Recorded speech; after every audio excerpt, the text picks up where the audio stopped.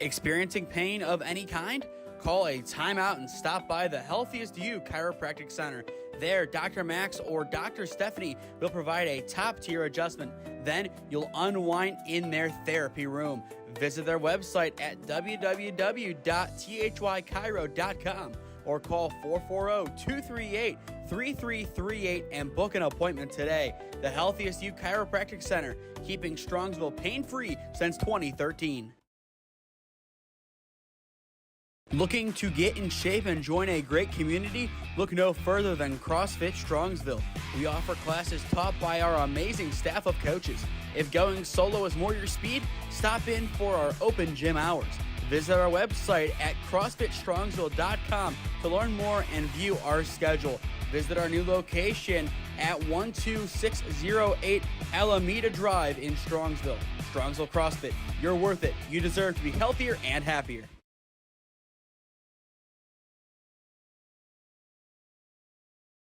About 4 minutes.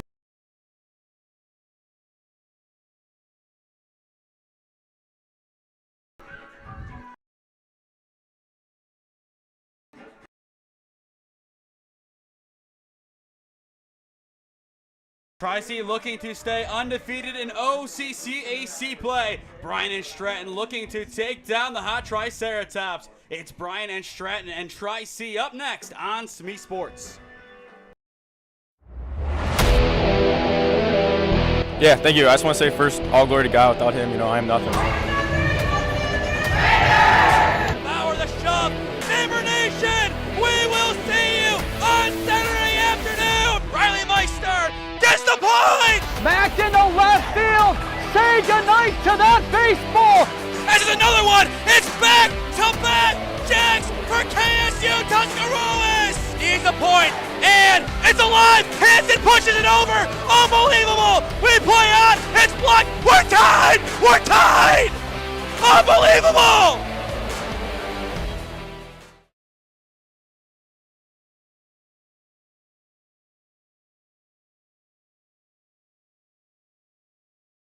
Good afternoon from Ron Mottl Field on the campus of Tri-C for an OCCAC clash between the Triceratops and Bryant Stratton College. For John Kersey, I am Nathan Smee on the call for you this afternoon live on SmeeSports. It should be a good battle today between two teams hungry for a win as the season comes to a close. Nate, it surely is, and I'll tell you, you've seen a lot of great Triceratops baseball since you were here last on April the 13th. This team has the longest winning streak in college baseball, we believe, at 34 in a row. When you were here back on April 13th, you saw them come from behind with 3 runs in the last of the 6th inning to knock off a Hawking 3-1. And somehow or another, Tri-C has been able to get the job done, being down as many as 8 runs at different points in this win streak and still coming back for victories. It's an amazing run by an unlikely team. People wouldn't have thought this was going to happen, but here they are, 34 in a row and 20-0 in the Ohio Community College Athletic Conference. They have been dominant as expected come April.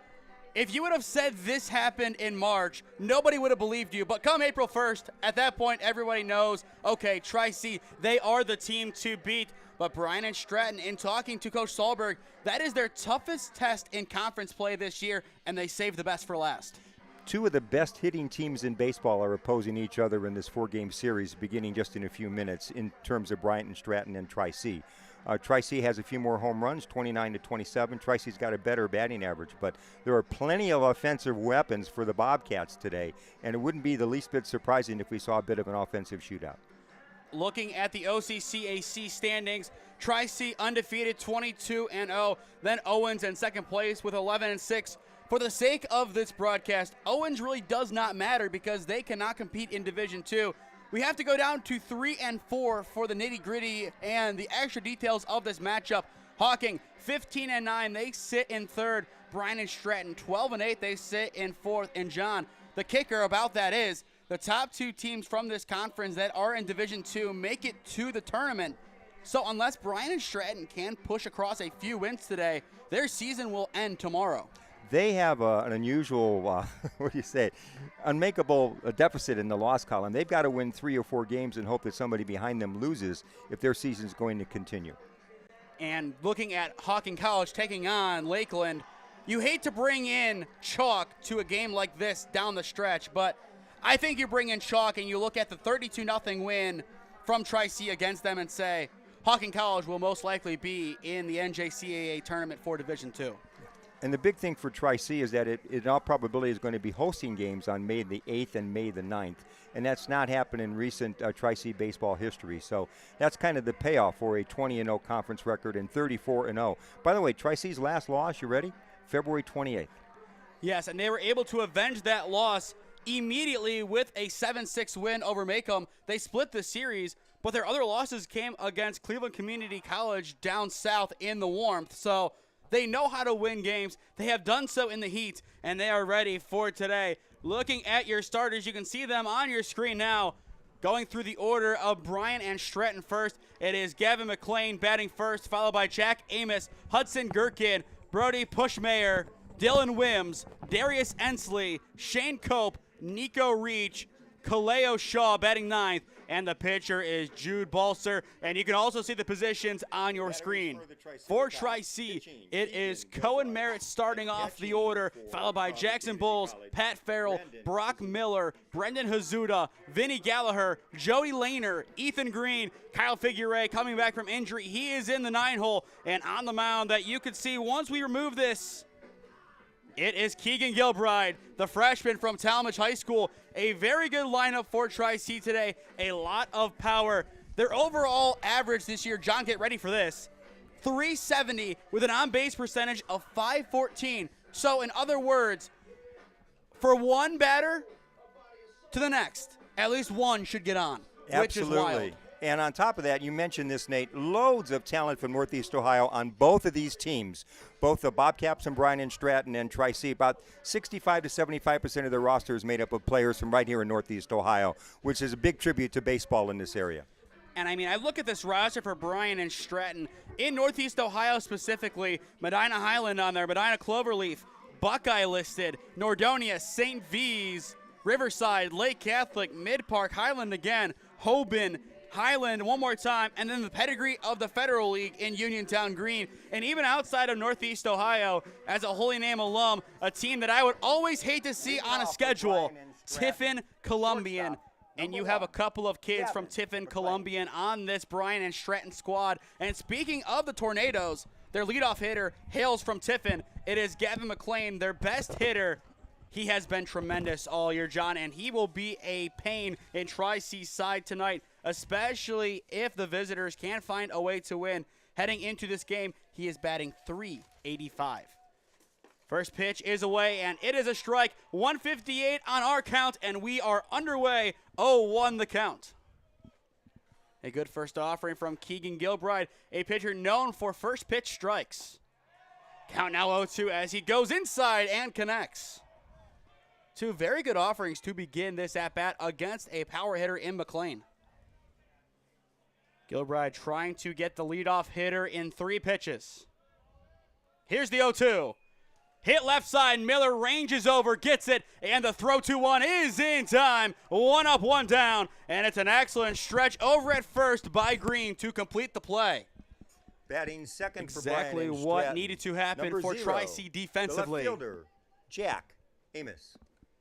And as John, you're doing double duty today. I was able to do that a couple of weeks ago for a doubleheader between Mount and BW. Jack Amos stepping in, and before the game, you would think that I've seen this kid play for years, the amount I talked about this kid. I mean, seeing him with Premier last year in the WRCL, he could have been a league MVP caliber player if it wasn't for Sawyer Solitaria of Force, who is absolutely dominating at Kent State right now. Yeah. 2 lefties in a row at the top of the lineup for Bryant and Stratton here. 0-1 the count on Amos. Now 0-2. Keegan Gilbride, 2 batters faced, 2 0-2 counts to begin. A good start to this inning for the Triceratops defensively. Gilbride looking for out number 2. And it will be a foul ball. Amos, a good survival swing. Good hitter. You can just tell by the way he's taking his cuts here. Looking at this year, he is the number 7 hitter overall, batting .297. Last year, he batted above .300 as a freshman for the Bobcats. Still 0-2. Gilbride, he fires, and it will miss in the other batter's box. And that is the first ball of the game from Keegan Gilbride. Intentionally so. It was a good offering. Try and get Amos to chase. Here is the 1-2.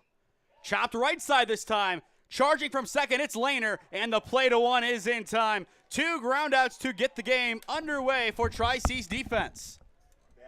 And now it will be Hudson Gherkin, the third baseman, stepping in. Gherkin, a freshman from Byrne Union High School in Sugar Grove, Ohio. So now we go more down south for these players. But Bryant Stratton, a good collective unit from Ohio. Gilbride looking for yet another first pitch strike. He will get it as it is sent up the middle. Merritt charges, and the throw, it's low, but in time to Green as the Bobcats will go in order. 3 up, 3 down, 3 ground balls. Good job by Gilbride on the mound. He is somewhat of a contact pitcher. I believe he has 40 strikeouts on the year to 10 walks, so a good K to walk ratio. But he lives and dies by the ground ball sometimes. It's a good play over at short. We've seen Merritt excel over there time in and time out this year, and it looks like he has yet another great play to add to the list. Looking at the groundouts, short, second, and third each have one. It's all over kind of to the left side. And as you said, Nate, a combination of factors of good sinking fastball from Gilbride, very determined to get that first pitch in for a strike, which puts the batter in a bit of a deficit. Makes it a little bit easier, I think, to induce those ground balls. And Tri-C, their offense about to take the field, averaging 370 as a cohort this year. They have been excellent. We will step aside real quick for a word from our sponsors. This is College Baseball on SmeeSports. Experiencing pain of any kind? Call a timeout and stop by the Healthiest You Chiropractic Center. There, Dr. Max or Dr. Stephanie will provide a top-tier adjustment. Then you'll unwind in their therapy room. Visit their website at www.thychiro.com or call 440-238-3338 and book an appointment today. The Healthiest You Chiropractic Center, keeping Strongsville pain-free since 2013. Welcome back to Ron Mottl Field for the bottom of the first inning in Game 1 of our OCCAC doubleheader. 0-0 your score. The Bobcats going in order. 3 groundouts to get the frame underway. Warming up for Bryant Stratton, it is Jude Balser wearing number 21 for the Bobcats. Number 12, Cohen Merritt. And speaking of down south in Ohio, Jude Balser from Bloom Carroll High School. That is a team known for making it deep in Division III tournaments across the board, at least in years past. They're usually up there with teams like Hamilton-Baden, who made it to the Division III state championship last year for baseball. But it was the Padua Bruins before them. Their loss against West Branch put the writing on the wall, and the Warriors from Beloit took home the title. Dangerous leadoff batter here for Triceratops and Merritt. Team leader in steals here. Cohen, he is one heck of a player, and he was one heck of a coup to get from over in Canada.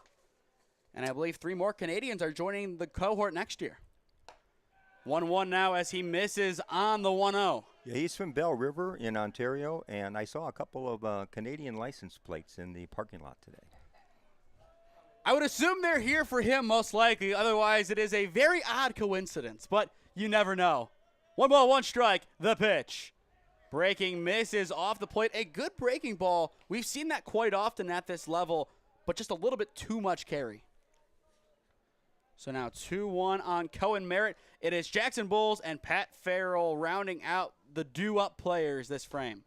Just a bit outside on that offering. A lot of carry on the follow-through. 3-1 on Merritt.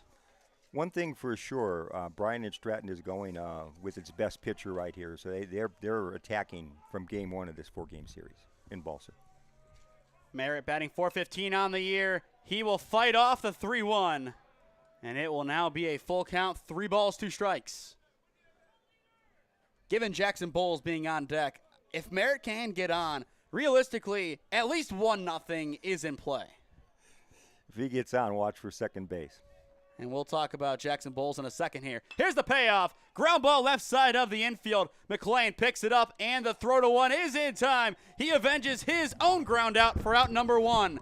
A good chuck across the diamond as Jackson Bowles will now step in for Tri-C.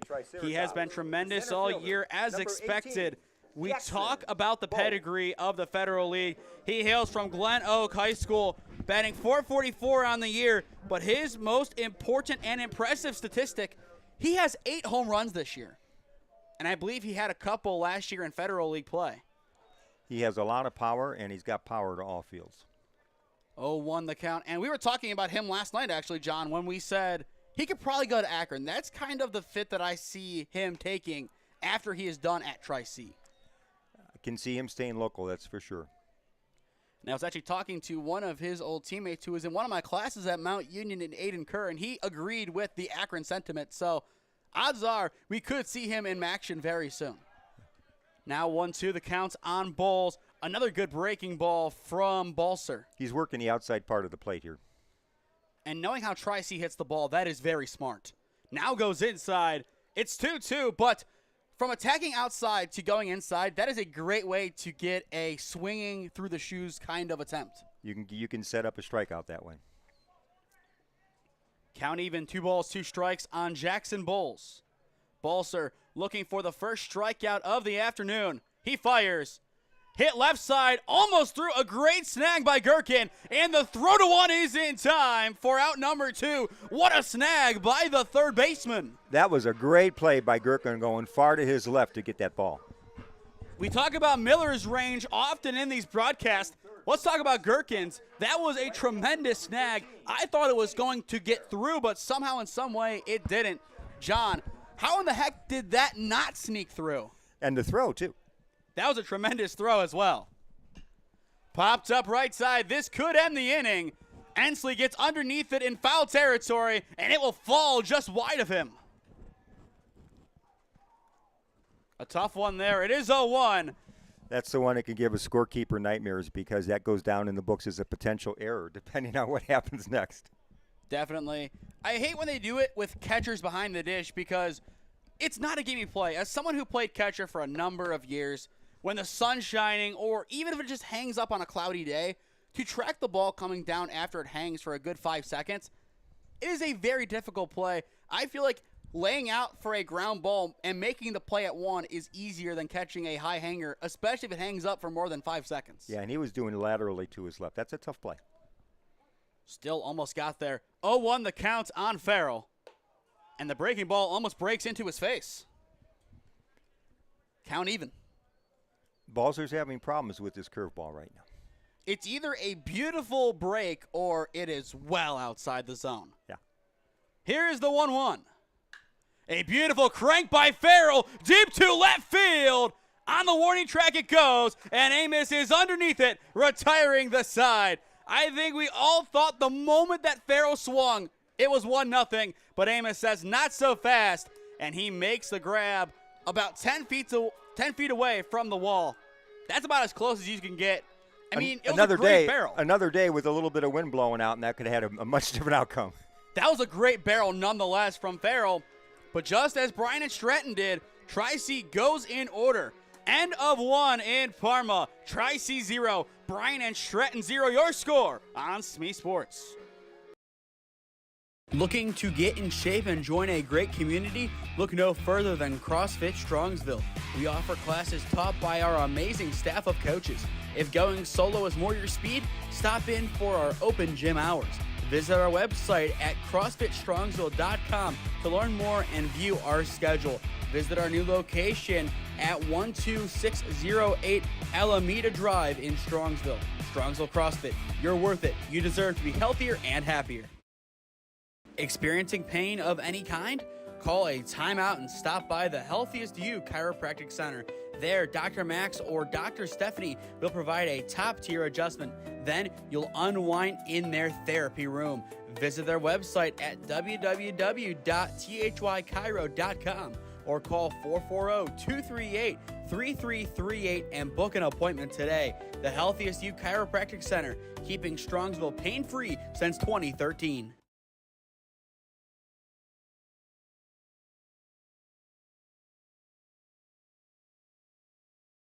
1 inning in the books, 6 batters in, 6 right back to the dugout. It looks like we might have a pitcher's duel on our hand, but John, the moment that we say that, the runs are going to start pouring on. Either way, a good start to this doubleheader. Your thoughts on the first inning? Clean. Some real good defensive plays. And by and large, I think pretty good control and command by both pitchers. I think Gilbright's doing a little bit better than Balser. Like you said, Balser's curveball is either in there or way out of the zone. But let's see what second inning brings. And looking at the box score so far, 5 groundouts, only 1 flyout, and it was a loud out on the left field warning track as Jack Amos was able to get underneath of it. Brady Pushmaker. Brody Pushmayer now steps in for the Bobcats. 4, 5, and 6 due up this inning, and it is a first pitch ball. 1-0 the count on the second baseman. I think that's the first time he's missed the strike zone with the first pitch. Yes, it is. 3 for 4 now on first pitch strikes. Here is the 1-0. Crank left side, and it is down the line for a leadoff single at a minimum. That's going to be extra bases. Pushmayer easily into second base, and he doesn't even have to try to stride into second. The celebrations began, and Bryant Stratton gets the first hit of the ball game in loud fashion. Yeah, Figueroa was playing him well off the line. I'm guessing maybe 50, 60 feet away from the line, and that ball rifled down very close to the line, as you could see on the video. And in my mind, that was a no-doubter double from as soon as it left the bat. That was about as good as it gets from Pushmayer. He's in scoring position, and Bryant and Stratton have a good chance to strike here in the top of the second. Wims now steps in. Tri-C, a team no stranger to adversity this year, despite the winning streak. And adversity almost struck again. The near corner of the bag bails them out from being down 1-0. If that stayed fair, that's another no-doubt double. I was going to say that causes a big inning possibly for Bryant and Stratton. Let's see what Gilbright does here. He got a first pitch strike, but not the way he planned. I feel like you have to attack the outside of the zone. Try and force a liner down that first base side, get the runner to go, and get the out at 2. He's still coming inside. I'm kind of surprised about that offering. It's a good idea to go up and in, try and get that jam, but anything that's in the outfield, and I think Bryant and Stratton, knowing their season is on the line, they will send their runner. And it also depends on what Pushmayer has to say about it. Now 1-2 as Gilbride finds the lower spot of the zone to perfection. This would be a big, big strikeout. 1-2 the count. Gilbride coming set, checks the runner, and fires. Swing and a miss. It's a big first strikeout of the afternoon from Keegan Gilbride, and it retires Dylan Wims for out number 1. That is our first combined punch out for either team today, and it comes at a big time for the Triceratops. Number 30. Darius Ensley. And now Darius Ensley, the first baseman, steps in. Not as easy of a situation as before, but still a favorable one for the Bobcats. That strikeout makes it a lot easier for the defense. Definitely does, as Gilbride misses upstairs. 1-0 the count on Ensley. And this takes off the sacrifice and many of their offensive possibilities for Bryant and Stratton here. I still wouldn't be surprised to see a potential bunt. If they need to push across runs opposed to score them, there is a big difference in baseball between scoring and pushing them across. We could see Pick off.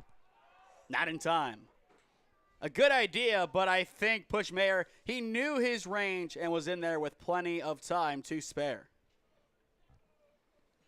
I don't mind the idea, but at the same time, I feel like attacking the batter is your best bet right now unless you have a clear shot over at second base, because at the same time, one wild throw, and the go-ahead run is 90 feet away from scoring.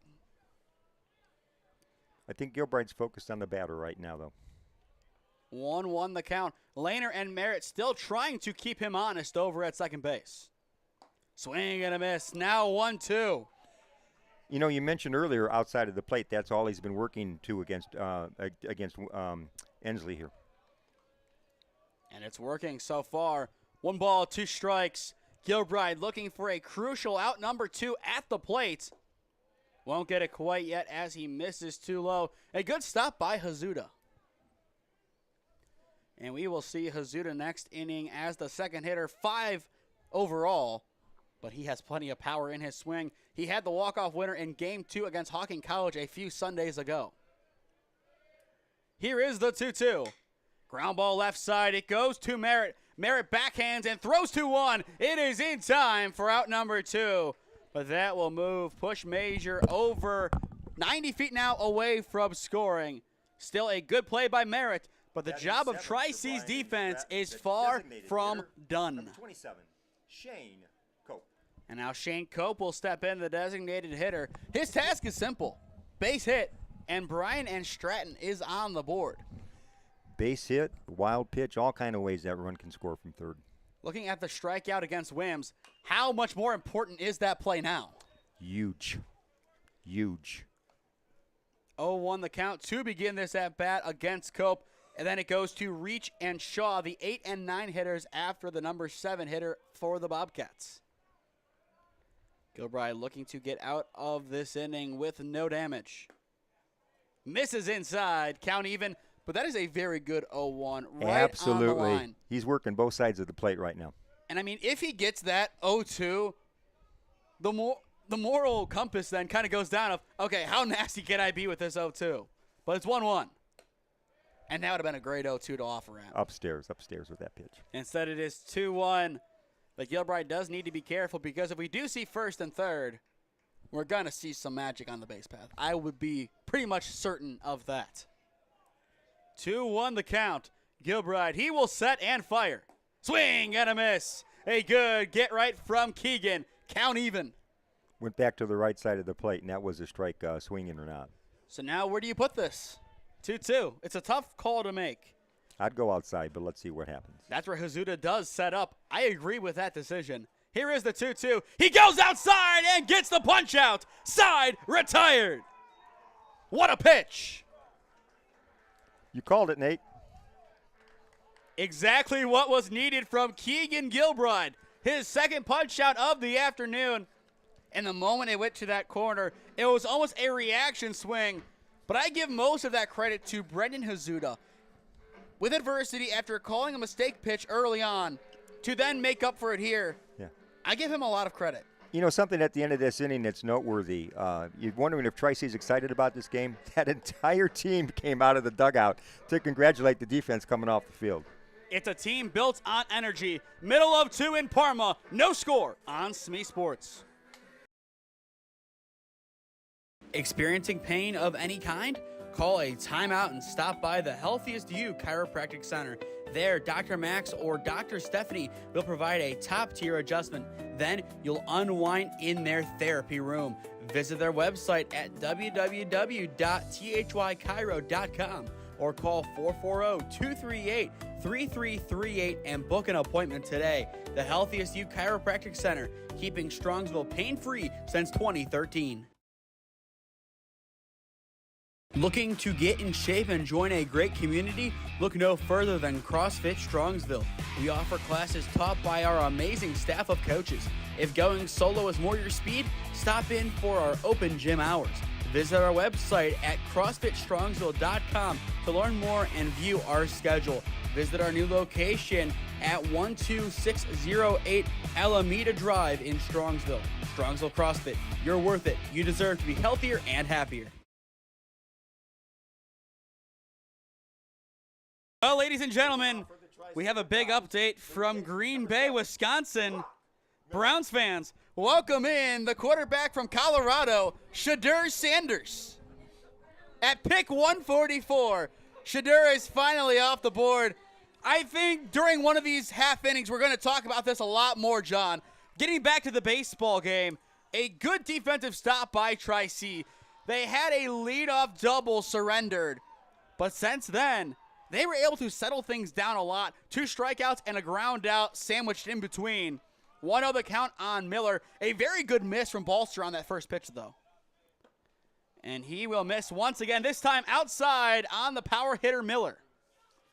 He's intentionally keeping that ball outside, but he better come into the strike zone this time.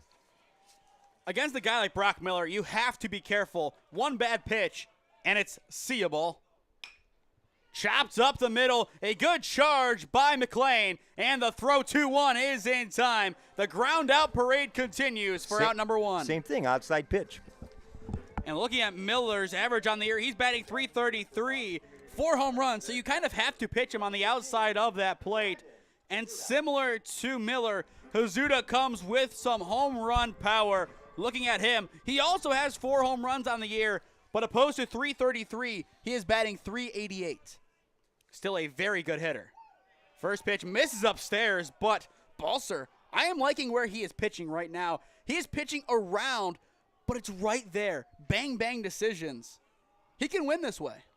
He can. Here is the 1-0. Beautiful break into the zone. What a curve. What a 1-1. curve. Picture perfect. Nothing Hazuda could have done about that. 1-1 the count. Balser, he gets back to work and delivers. Another one. Up high. I mean, after that 1-1, I think you kind of have to go there again. I mean, 1 for 2 in this at-bat on the breaking ball. I think we see a third to a guy like Hazuda, and if we do, he could ground out. Instead, he pops it right side. Beautiful range over at second. The lob is not in time on the attempted tag. Pushmayer did all he could to get it over, but it is an infield base knock for Brendan Hazuda. Pushmayer did great to stop that ball from going into the outfield. I'll tell you what, the range on this Bryant and Stratton defense is limitless. They are making plays that guys at the Division II or even Division I level can't make. I am thoroughly impressed by Coach C-Max's defense right now. So now Gallagher steps in, the designated hitter. A good year so far for the freshman from Oregon Clay High School. That's a first pitch strike from Balser. And something to note about Jude on the mound. No strikeouts yet, a bunch of groundouts. It becomes locked down. He is going to throw it more often and try see. I feel like at that point, it might become a bunting game of can you get anything on the breaking ball and put it down? But I think we are a long way away from that. A beautiful 0-1 as Gallagher swings down low, now 0-2. Yeah, Tri-C is a running team, but at first base, Hazuda is one of the slowest runners on the team. I doubt if he's going to be looking to try to steal a base here. And as well, Sam Howell has been traded to the Vikings. So another big NFL move. Here is the 0-2. And it is low, now ball 1. But as SmeeSports has done in the past, we do some professional football, professional basketball, professional baseball videos. If you guys would like to see a video on the NFL draft, please let us know on social media at SmeeSports on Instagram and SmeeFest2024 on Twitter. Definitely wouldn't mind making time to talk about that, especially with school being done on Thursday. Here's the 1-2, just off the plate. What a miss by Balser. He has been right there along the zone all afternoon. A couple pitches, maybe just a bit unlucky. Count even. Can he get his first strikeout of the game? No, he can't. It gets a ride off of the mound. The play is not in time at second. That was a tough hop for the shortstop, but I think he should have came up with it. But either way, it's now first and second for the Triceratops. The progression goes double play ball to second to nothing. I don't even know what you score that. They score it an error, but I feel like it's more of an assist from the mound. You look at the way that ball was hit, though, John. It took a good ride off of the bump. That is the only reason it was a tough play to make in the first place. But with 2 on, now up steps Mr. RBI single, as we have called him in the past, Joey Lehner. And Lehner, he definitely knows how to get a run across for the Triceratops. Beautiful break to begin the at-bat. Just a bit inside, I believe. It was, but like you said, this guy's throwing some really quality curveballs right now. It has been a good afternoon on the mound for Balser. Still a few runners on behind him. That is in the back of his mind right now.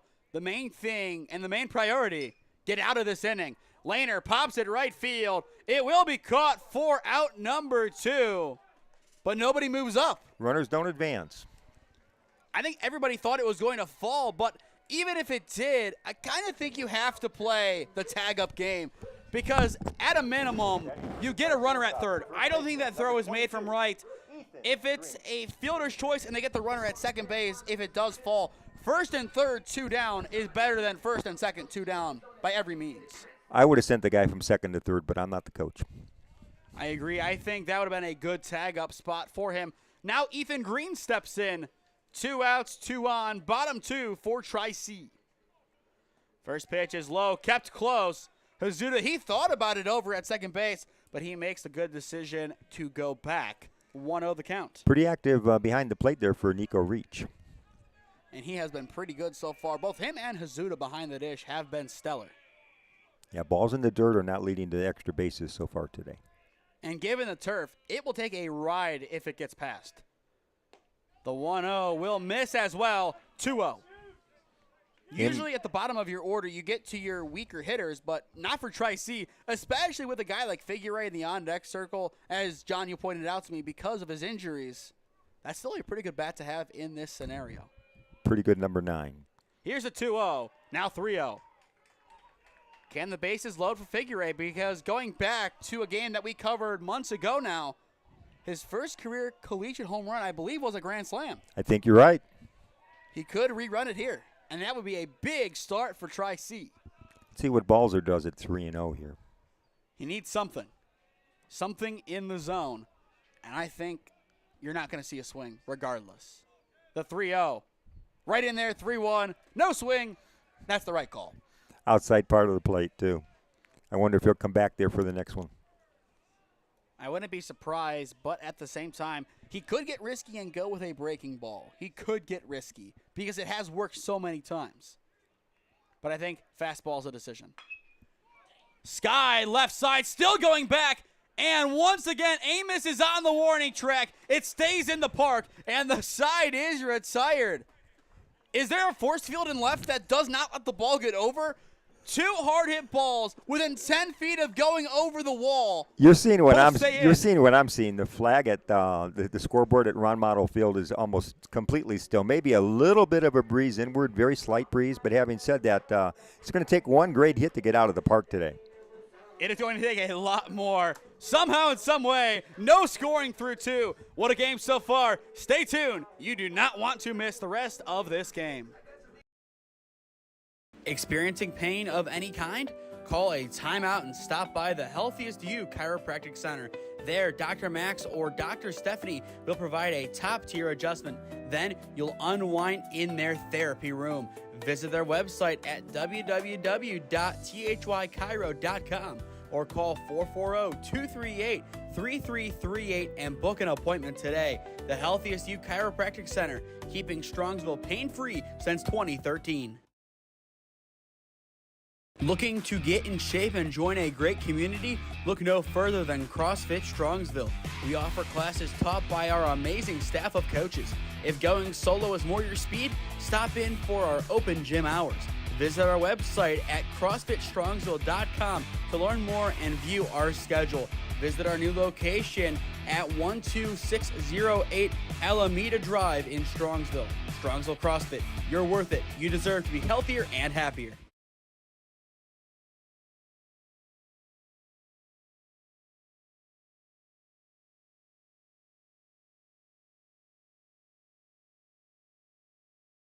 Two innings down, 5 to go in game 1 of our doubleheader between Tri-C and Bryant Stratton College. A good afternoon so far. 2 innings of scoreless baseball. Both sides getting really close to putting a run on the board. But not close enough. A lot of action for no score after 2 innings, actually. And sometimes these are the best games. The last game that we did on Wednesday in Beloit, 1-0 Alliance won on a sac fly. Wow. But it was a great defensive battle. Credit to D'Lo on the mound for Alliance. He was able to fight through. But Springer for West Branch, he didn't have a bad outing. It's just the offense couldn't score. And with their best player not in the lineup, that really hurt them. Strike called there now, 1-2. And we do apologize for the broadcast the last 2 days. Due to car issues, we did have to cancel those. Kind of unfortunate, but when the alternator goes, I do not really want to be stranded at any location that I really don't know well. Or any location for that matter. Glad you know where Parma is. Definitely. 2-2 the count. But I was thinking that in the West Branch parking lot, a lot of farm country leading up there of, please don't let me get stranded here. Bad place to be stranded. Here's the 2-2. Swing, and it is a Tip. miss. They finally call it the miss. The throw down to 1 is in time for out number 1, sealing the strikeout. That was not a clear-cut punch-out by any stretch of the imagination. I think everybody waited to see if there was any contact. I personally thought there was a little bit of contact, but in the end, the umpire behind the dish says no, and now we will see the number 9 hitter, Kaleo Shaw, now step in. The center fielder, no action so far defensively, and his only pitch you'll see of this at-bat will get him on via an E4. One hop error on the part of the second baseman Lehner for Tri-C. And the scoreboard once again is equal all the way around. I mean, John, look out in left field. 0-0-0-0, 0 runs, 1 hit for each side, one error for each side. Everything is uniform. That is wild, just given how interesting this game has been. And we are back to the top of the order with Gavin McLean, the shortstop. 1 on, 1 down. Double play ball could be in effect. Whoa. Not quite. Well outside, and that will give second base to Shaw. And that takes off the double play right there. That ball was ticketed from the backstop the second that it left Gilbright's hand. And I don't know if he just lost control or what, but that was about a 90-foot pitch. And walking on the field, there was still a little bit of water on the turf. Obviously, it rained a lot over the past couple of days, so it could be a little bit slicker than you would like. And keep in mind, it is chilly. You add in the wind, I would say we are in the 40s, even if it is high 40s. We are actually 40. It feels like 35. So the cold, it makes sense. I've talked about the Benedictine game at Holy Name as a JV player for a number of games now. But when you lose feeling in your fingers, there's nothing you can do. There really is nothing. And sometimes that makes the most heartbreaking plays in a player's career. And we did not get into the dugout, but it wouldn't be surprising to see heaters there for the pitchers at this late point in April. Well, I'll tell you what, it is very good that we have some up here. I'll say that. We could definitely use a heater or two in the press box. 3-0 the count on McLean. Jack Amos, the power hitter, awaiting in the on-deck circle. That is about the last person Tri-C would like to see standing there. And it's a 4-pitch walk. McLean is on.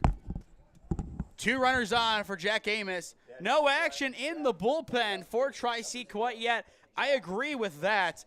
But I am almost surprised to not see a mound visit after a 4-pitch walk, especially given the fact that Hazuda behind the dish, he could go up there, but he hasn't. I'm very surprised that he has not. Gilbreth is his team's ace. A lot of confidence from the coach in him. Ground ball right side. This could end the inning. Lehner unable to get the throw over to second base. Amos, he runs into the outfield. Load up the bases. I believe that might be the first time this season that Tri-C's had 2 errors in 1 inning.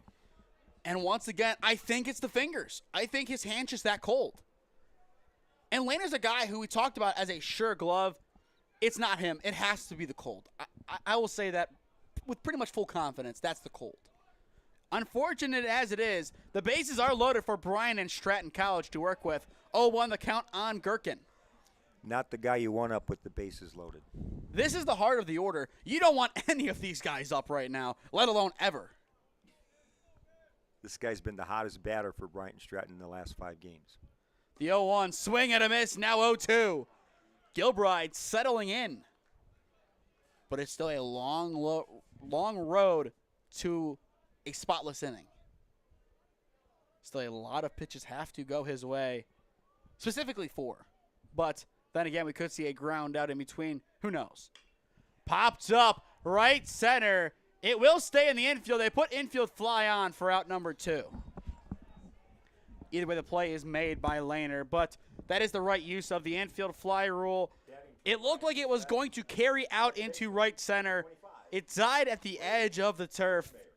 It's unfortunate. He got too much underneath it, and that caused the pop-up. And now Bushmayer, who has a double so far, he is up. Bases loaded, 2 down. He's had the best hit of this contest in terms of just a bat stroke, solid in the left field.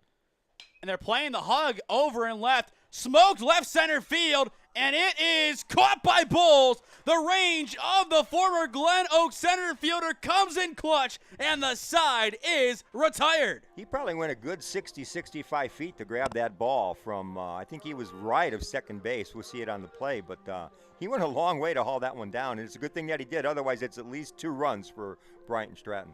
You can see it on the top of your screen. Bowles somehow able to track that down. Pedigree, plain and simple. Jackson Bowles, a star for the Triceratops.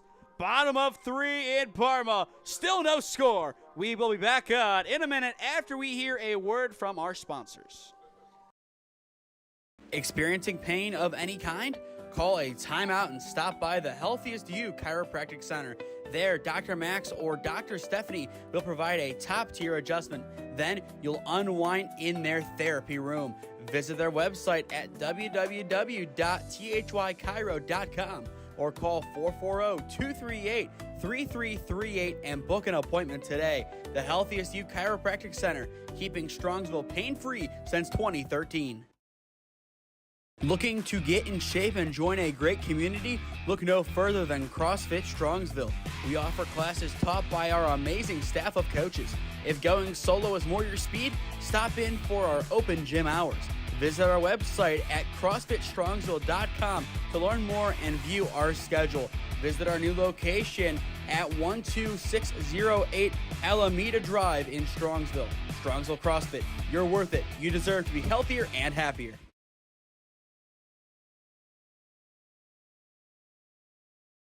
Bottom of the 3rd inning at Ron Mottl Field in Parma. Still no scoring. Jackson Bowles, the man of the hour defensively for Tri-C. He was able to make an excellent over-the-back shoulder catch in left center to retire the side. We have talked about Jackson Bowles as a star so often this year, and once again defensively, he proves why. For those just joining us, he's John Kersey. I am Nathan Smee on the call for you this afternoon. John, I'll toss it over to you after we see Figueroa step in. Talk about what's going on today in regards to your class. In regards to my class, got a couple of students here today. First pitch in to Figueroa is a strike, 0-1. Christina Easter is managing one of the cameras. Adam Turos, who's on the team, is helping out up in the press box. And Mitchell Wood in a sports writing class will be here later on today to help.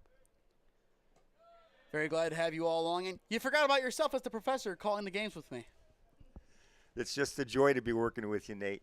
You're really good at what you do. You got very good, very young. It's great to be working with you. I appreciate it. I think you reached out after the first doubleheader we did against Broome. It was either that one or the doubleheader against Lorain County. I was impressed. Now 2-1 on Figueroa as that pitch carries outside the zone. I think Mr. Balzer is back to that curveball not breaking well for him. I would say so as well. It is Figueroa, Merritt, and Bowles due up this frame for Tri-C. So 9-1 and 2 hitters. 2-1. Bunt shown, pulled back. It is by. Count now sits at 3 balls, 1 strike. And how many times does a guy who make a phenomenal defensive play come up to bat in the second half of that same inning? That's what's going to happen with Bowles later on in this inning. If I had to give an MVP to the conference, it's JB. Plain and simple. No matter what he's done the rest of the game, he can make a play with really no notice. No argument there. He sure made a key play there. You know, you think about it, with 2 out, that could have saved 3 runs. Easily. Potentially 4, depending on how much further it went back. Here's the payoff, and it is up and out. A leadoff walk for Kyle Figueroa. A good start to the inning for Tri-C, and now Cohen Marin will step back in for the Triceratops. A ground out to his name so far. That got the bottom of the first inning going. Can he make amends here? If he is going to hit it over to that left side, based on the way they're playing, given the double play ball potentially in effect, he would need to kind of sneak it up the gut for it to get through. He could also rope it down that left field line, but potentially the most likely scenario, a hard hit grounder up the middle gets through. Figueroa's going. The throwdown to get Figueroa is not in time, but one heck of an effort by Pushmayer over at second base. To save the ball from going over in center field, I think. You could tell from the get-go, Figueroa had a great leadoff. He had 1 foot on the turf and 1 foot on the dirt, and the pitcher never looked that way, and as a result, there's a stolen base here. And a runner in scoring position as well for the Triceratops. Exactly what they needed to get from that pitch. 1-0 the count. Merritt a chance to put Tri-C on the board. And this time they will look back. It was kind of a surprise. As I said, Figuere's been overcoming an injury, but he showed no ill effects from it on stealing that bag. And these kids, they are fighting for something bigger than themselves. They want a championship win, not only at the conference level or regional level. They want a national title, and they think they can do it. Hit right center field. That one is down. It's in the gap. Figure he will take the turn, and he will trot on in.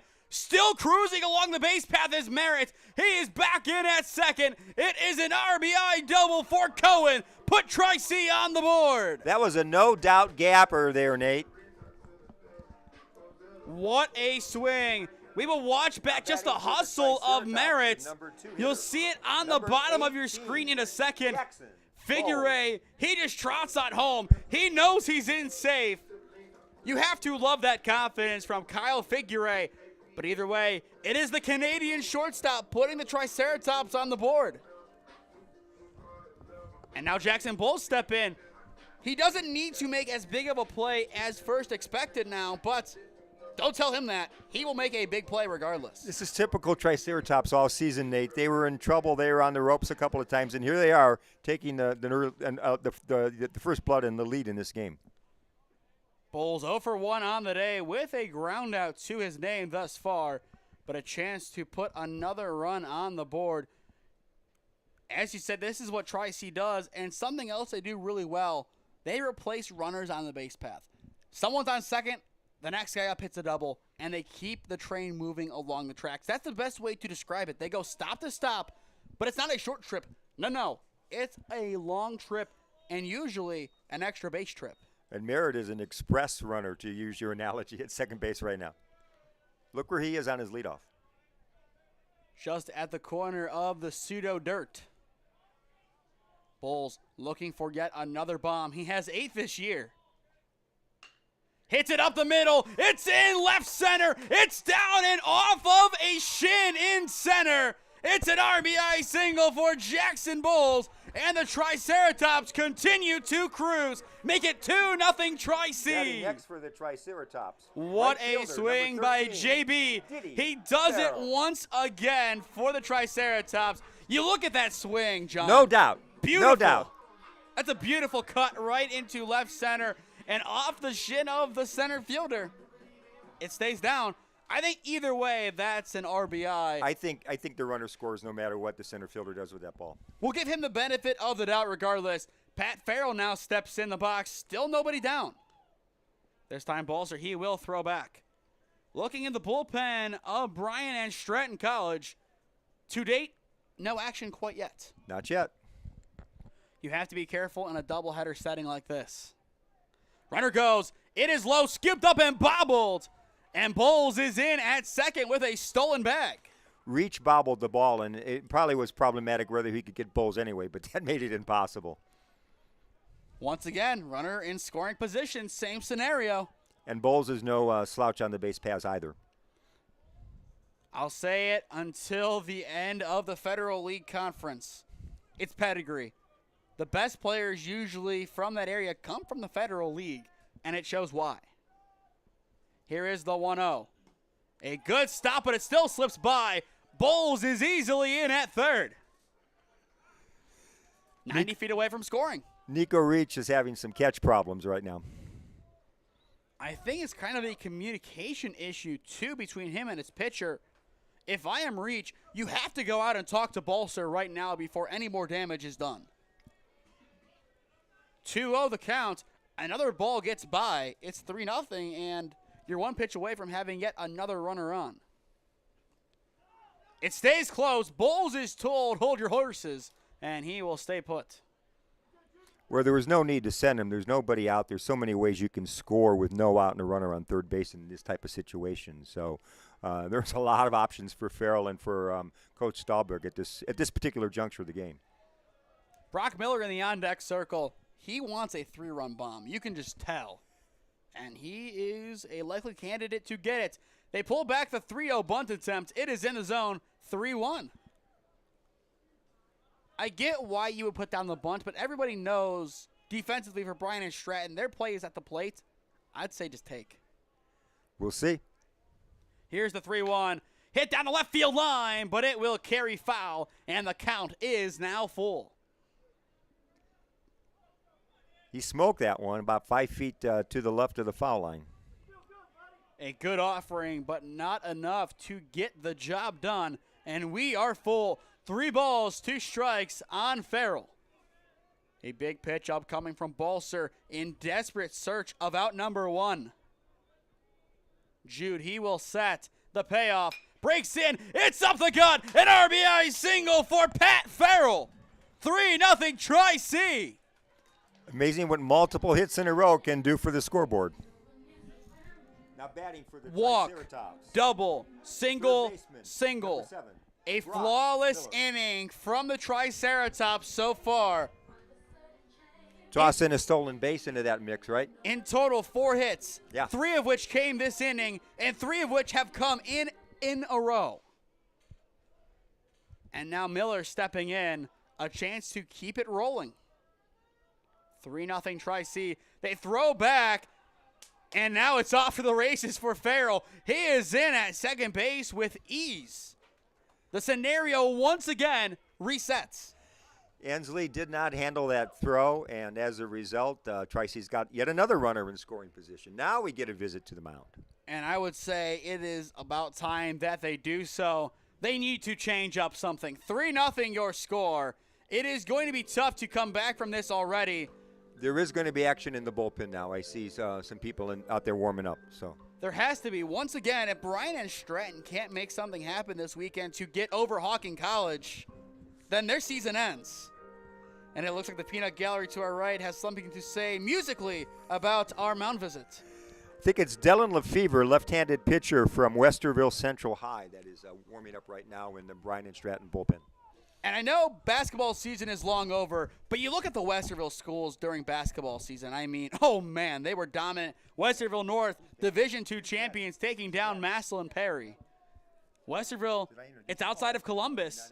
They have some really good talent out there. And now Brock Miller will step in once again. He is already in the box before, just hasn't been pitched to. With a runner in scoring position, he is 0 for 1 today.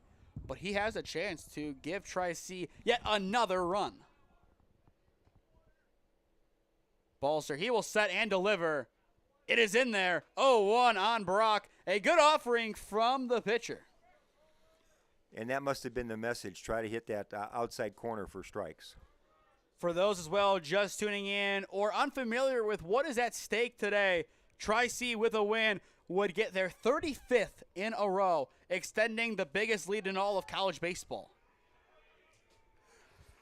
I mean, their lead in regards to wins in a row has to be elite right now. A pass ball on the catcher, and Farrell takes third. 90 feet away now. 1-1 on Miller with Hazuda, who also has a base hit awaiting in the on-deck circle. His did stay in the infield, but it got the job done. Miller would like to get the job done right now. He definitely can. Here's the 1-1. Carries outside, now 2-1. And on the top right of your screen, you will see Farrell getting his lead and just kind of his actions over at third. And in the meantime, off our screen, it's like they know that we're looking in. He will get some instructions. A good breaking ball. It misses the zone. Now 3-1. Hazuda awaiting. And going back to that Hawking College win, he was denied a grand slam by, I think, 10 feet, but it was still a walk-off RBI single. Probably the deepest single this season.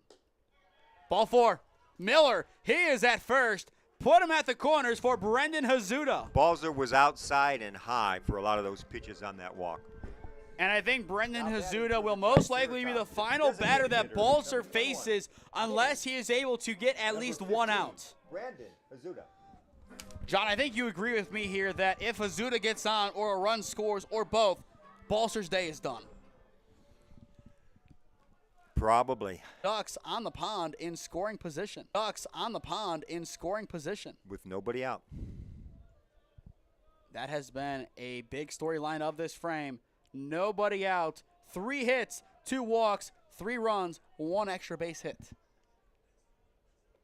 And that has been the majority of the damage, courtesy of Tri-C's offense. Hazuda, the offering to him, will miss upstairs. Now 2-0. After Hazuda, it goes to Gallagher. And you have to be wondering what is going through the mind of these head coaches. Obviously, Coach Stallberg a lot happier than Coach C-Max given the scenario, but still a lot can happen in this ballgame. Here is the 2-0. I think Coach C-Max is realizing that his pitcher Balser has lost the ability to throw a good strike here. And that's going to be very costly for Bryant Stratton, I think, with almost any pitch coming up. Now 3-0. If it's not there, we have the bases loaded. Here's the 3-0. It misses. 4-pitch walk to Hazuda.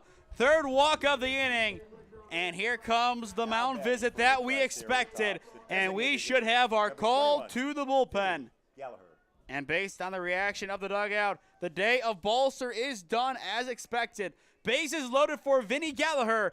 But Coach C-Max, he will make the change. Bottom of 3 at Ron Mottl Field. 3-0 Tri-C your score on SmeeSports.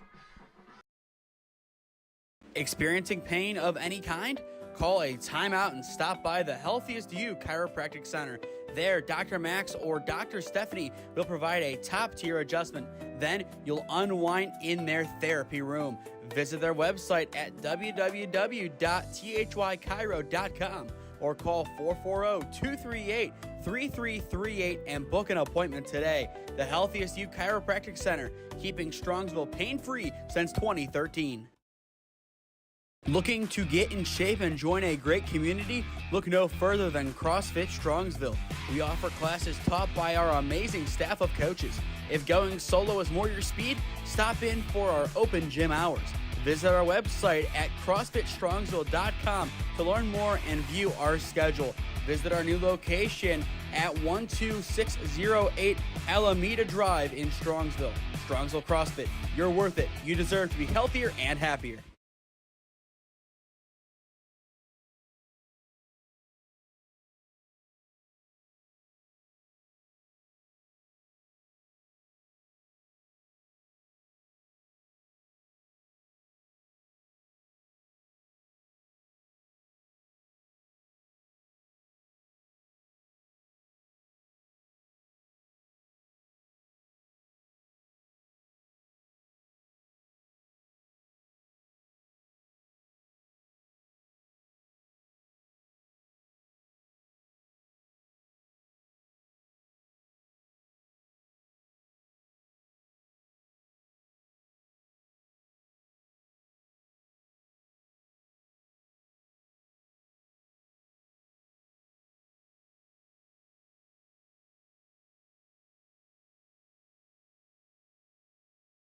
Dylan LeFever now on the mound for Bryant Stratton. John, as you just said, sidearm fastball, a very interesting launch angle. How does this mess with Tri-C's offense? Because every time you see a new arm angle, you have to kind of mentally adapt.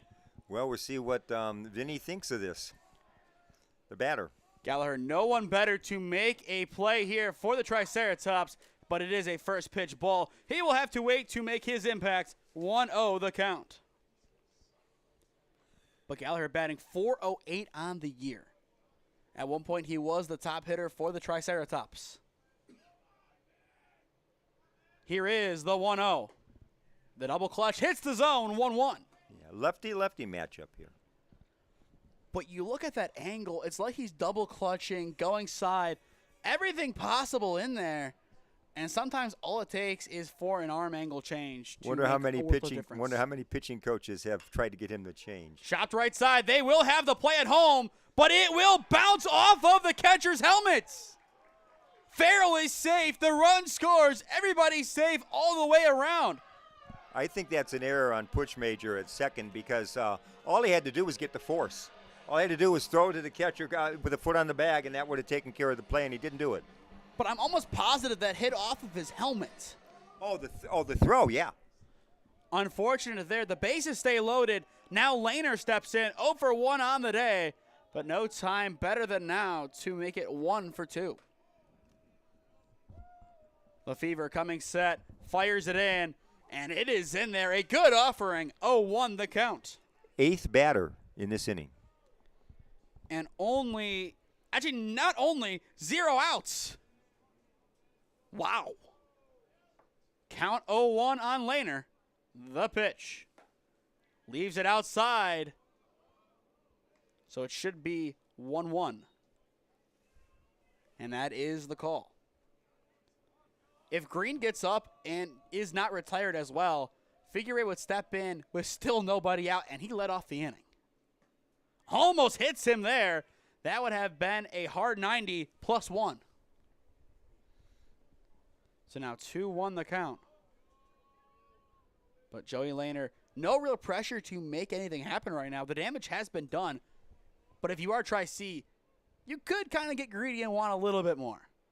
And they will get a lot more. Lehner cranks it left field. Still going on back. Amos makes the play on the warning track for out number 1. And Miller will score from third. A very long sac fly from Lehner. Make it 5-0. About a 350 sac fly to the left. Very good.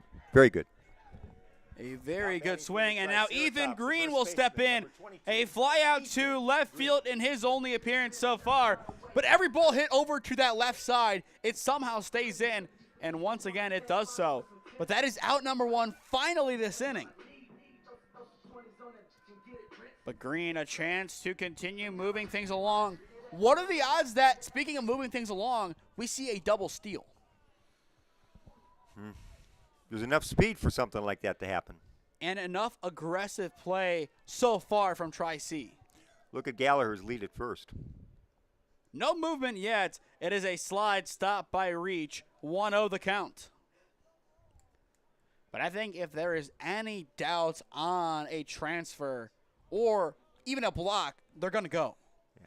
Reach is going to wear out his knee pads today. 1 ball, no strikes. The pitch. Runs well inside. Now 2-0. So the bases could load once again. But it looks like we will have a pinch hitter awaiting. That Figuere's day may be done. I mean, he did his job. He walked and got all the way around. So, wouldn't be the worst for him. Keep him fresh for the playoffs. The 2-0 is fouled behind. Now 2-1. Not only that, on a cold day like today and you're overcoming a hamstring pull, the probabilities of maybe I can talk. The probabilities of worsening that situation are pretty great. It is Adam Rich awaiting in the on-deck circle. He is batting .300 on the year. So not really a downgrade by any means. Still 2-1 the count on Green. The pitch. Swing and a miss. Now 2-2.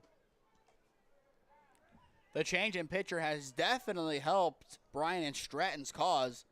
But as I've said a couple of times, regardless of how they do for the rest of this inning, the damage has been done.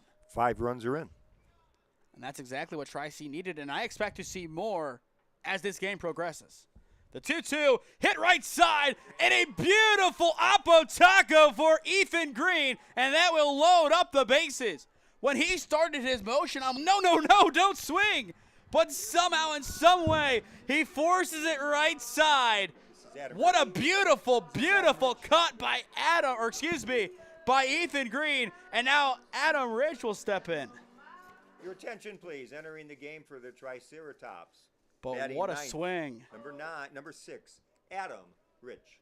Rich now stepping in. He has been a big producer this year for Tri-C. Bases load again.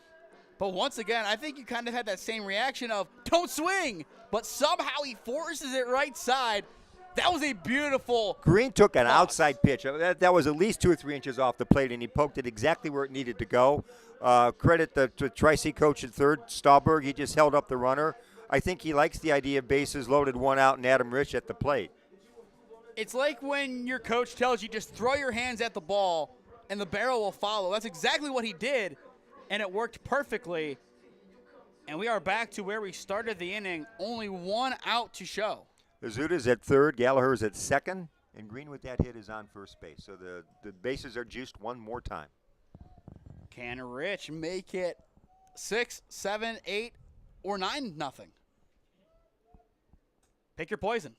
1-0 the count as the first pitch misses well outside. Next inning for Bryant and Stratton, it is Wims, Ensley, and Cope due up. One of them will need to make a big play.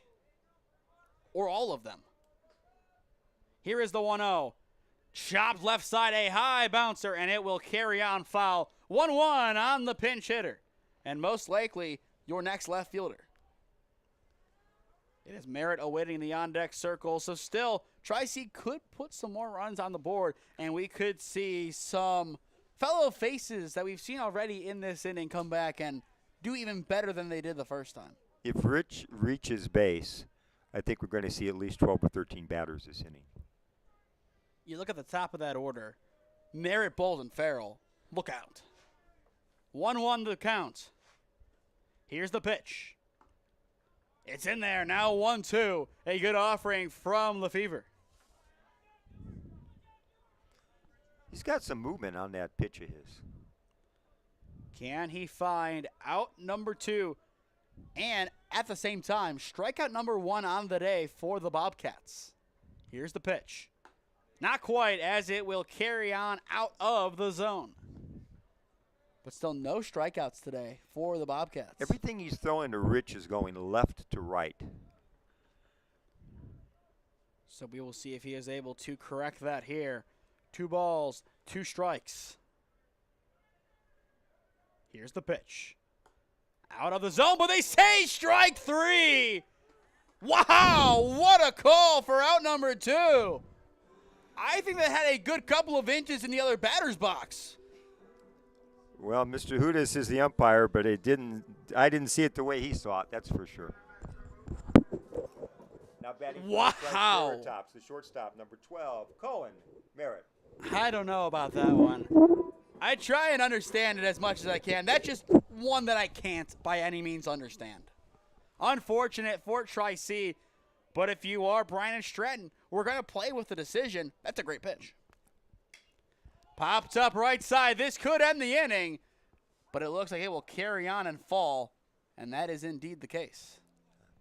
All baseball fans know that you not only have the left and the right, you've got the front and the back of the plate. So apparently that umpire is saying that caught the front of the plate.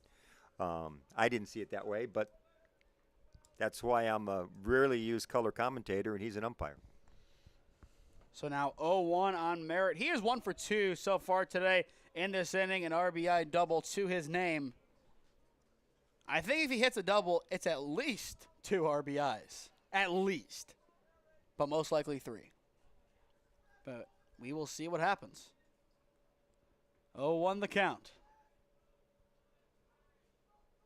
Here's the pitch. Good break, and they call it again. It was, yeah. 0-2. Yeah. Still, you got to like the Triceratops' chances to add more runs. Bases loaded, only 1 out, and you got your number 1 and number 2 hitters for sure, unless there's a double play type situation here. Lefevre looking to get out of the inning with 2 outs. 0-2 the count. Lefevre to end it. Unable to do so as it misses in the other batter's box. Ball 1. That was intentional. They were hoping that Merritt would chase, and he's too good of a hitter to chase. That still remains yet to be seen in this at-bat.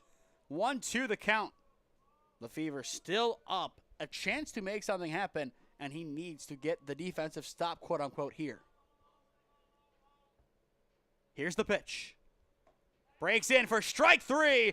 After going 17 batters with no punch-outs, it's 2 in a row for Lefevre, and the side is retired. Tri-C strands, the bases loaded, but it will not matter. 5-run score, 3 complete in Parma, 5-0 your score on SmeeSports. Experiencing pain of any kind? Call a timeout and stop by the Healthiest You Chiropractic Center. There, Dr. Max or Dr. Stephanie will provide a top-tier adjustment. Then you'll unwind in their therapy room. Visit their website at www.thychiro.com or call 440-238-3338 and book an appointment today. The Healthiest You Chiropractic Center, keeping Strongsville pain-free since 2013. Looking to get in shape and join a great community? Look no further than CrossFit Strongsville. We offer classes taught by our amazing staff of coaches. If going solo is more your speed, stop in for our open gym hours. Visit our website at CrossFitStrongsville.com to learn more and view our schedule. Visit our new location at 12608 Alameda Drive in Strongsville. Strongsville CrossFit, you're worth it. You deserve to be healthier and happier.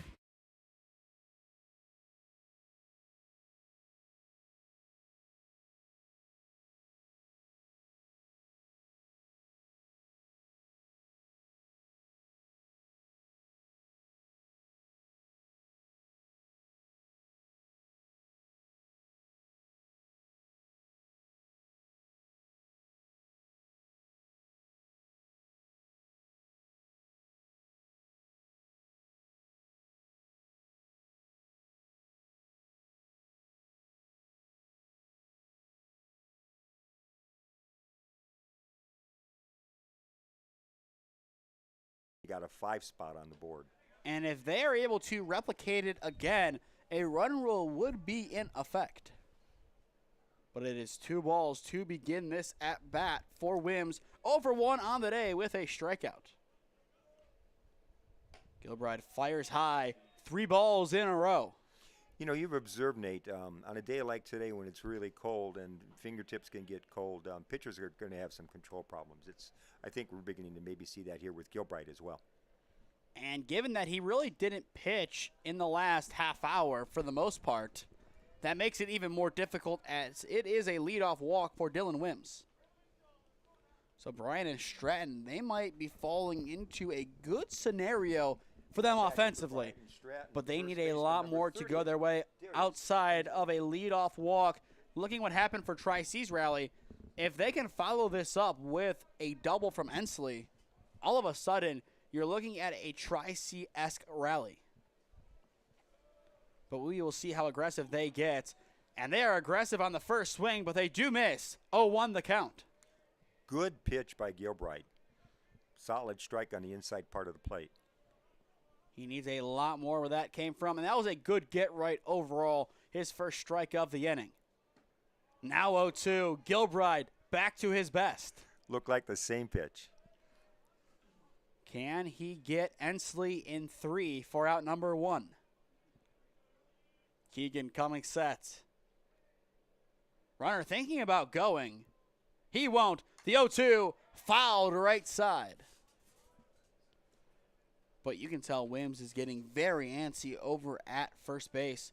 He wants to get into scoring position and help his team. Because once again, if Bryant Stratton doesn't get a few wins this weekend, their season ends tomorrow. No balls, 2 strikes.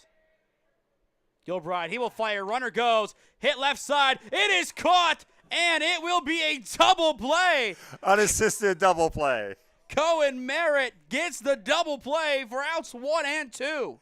That's the downside of sending a runner in a situation like that. That is very unfortunate. He didn't even try to go back. He just accepted his fate. And Cohen Merritt makes an excellent play. On paper, 2 up, 2 down. And the bases are empty once again. And now Cope will step in 0-for-1 today with a strikeout. And Gilbride just a bit too low and outside. 1-0 the count. So we will see how Gilbride is able to adapt to the elements. Tri-C, it looks like they are going to have some action in their bullpen. Saw with him last time we were here, he had a no-pitch save. Or no-pitch win, I think it was, because he just threw a kid out at second base before throwing a pitch. End of his outing. Here's the 1-1. It is in there now, 1-2. So Gilbride, on a cold day, 4 innings might be the most any pitcher does today. So we will see. 1 ball, 2 strikes. Can Gilbride get out of the inning? Not quite, as it runs way inside. Almost hits Cope. He is very lucky not to have been drilled.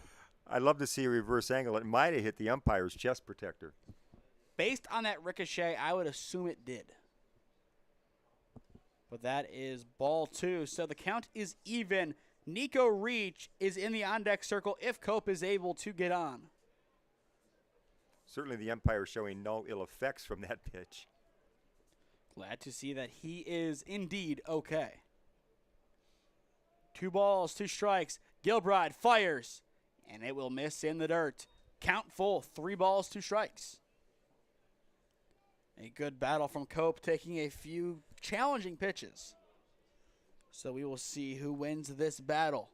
Gilbride trying to end the inning. Cope trying to keep it going. And it will be ball 4, and it's a 2-out walk, second walk of the inning. Now appearing for and now Nico Reach will step in, the catcher. Number 20, Nico Reach. Reach 0 for 1 today with a strikeout to his name. This is where he can make amends in a big way for the Bobcats. For Tri-C, it is Bulls, Farrell, and Miller due up in the home half of the inning. And if they can score 5 more runs, once again, the run rule could be in effect come the 5th. First pitch beautifully dips in. 0-1 the count. Cope's got a pretty good lead at first base, but I can't believe he's going to try to make a steal here. You never know. Bryant Stratton, it is time to pull out all of the stops. After a few nods, he is ready. Gilbride's 0-1, and it will barely miss. Count even. For those looking ahead at our schedule, later on today at 4:30, we will have Game 2 of this doubleheader, and then we are back here on Monday for Holy Name Baseball as they take on Notre Dame Cathedral Latin. The 1-1 is low, now 2-1. All of Gilbride's misses seem to be outside this inning.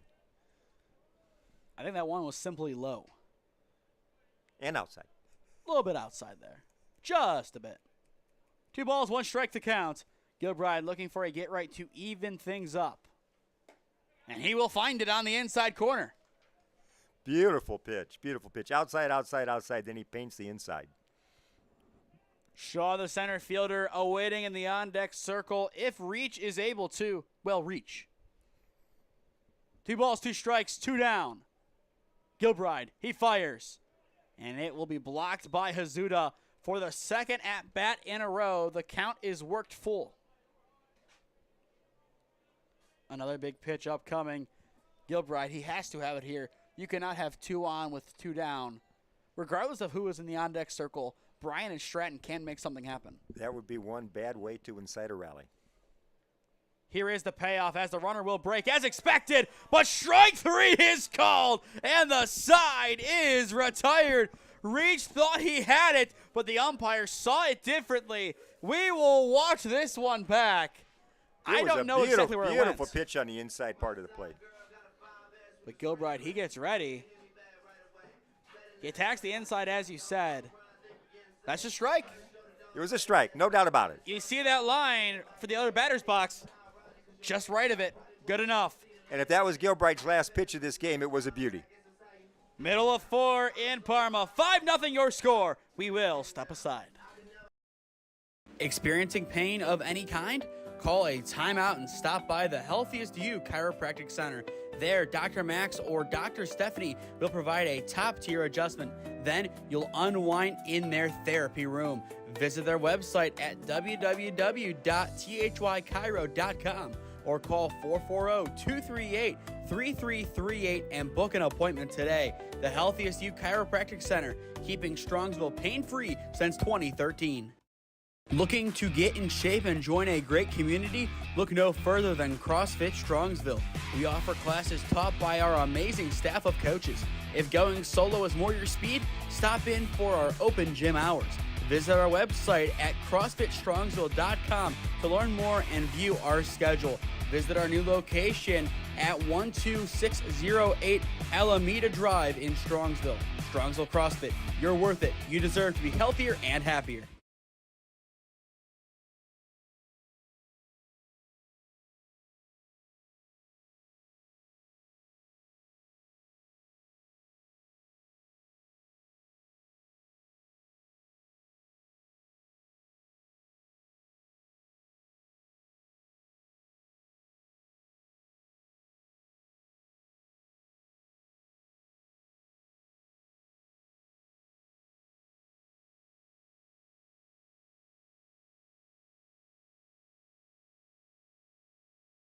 2, 3, and 4 due up for Tri-C in the bottom of the 4th inning.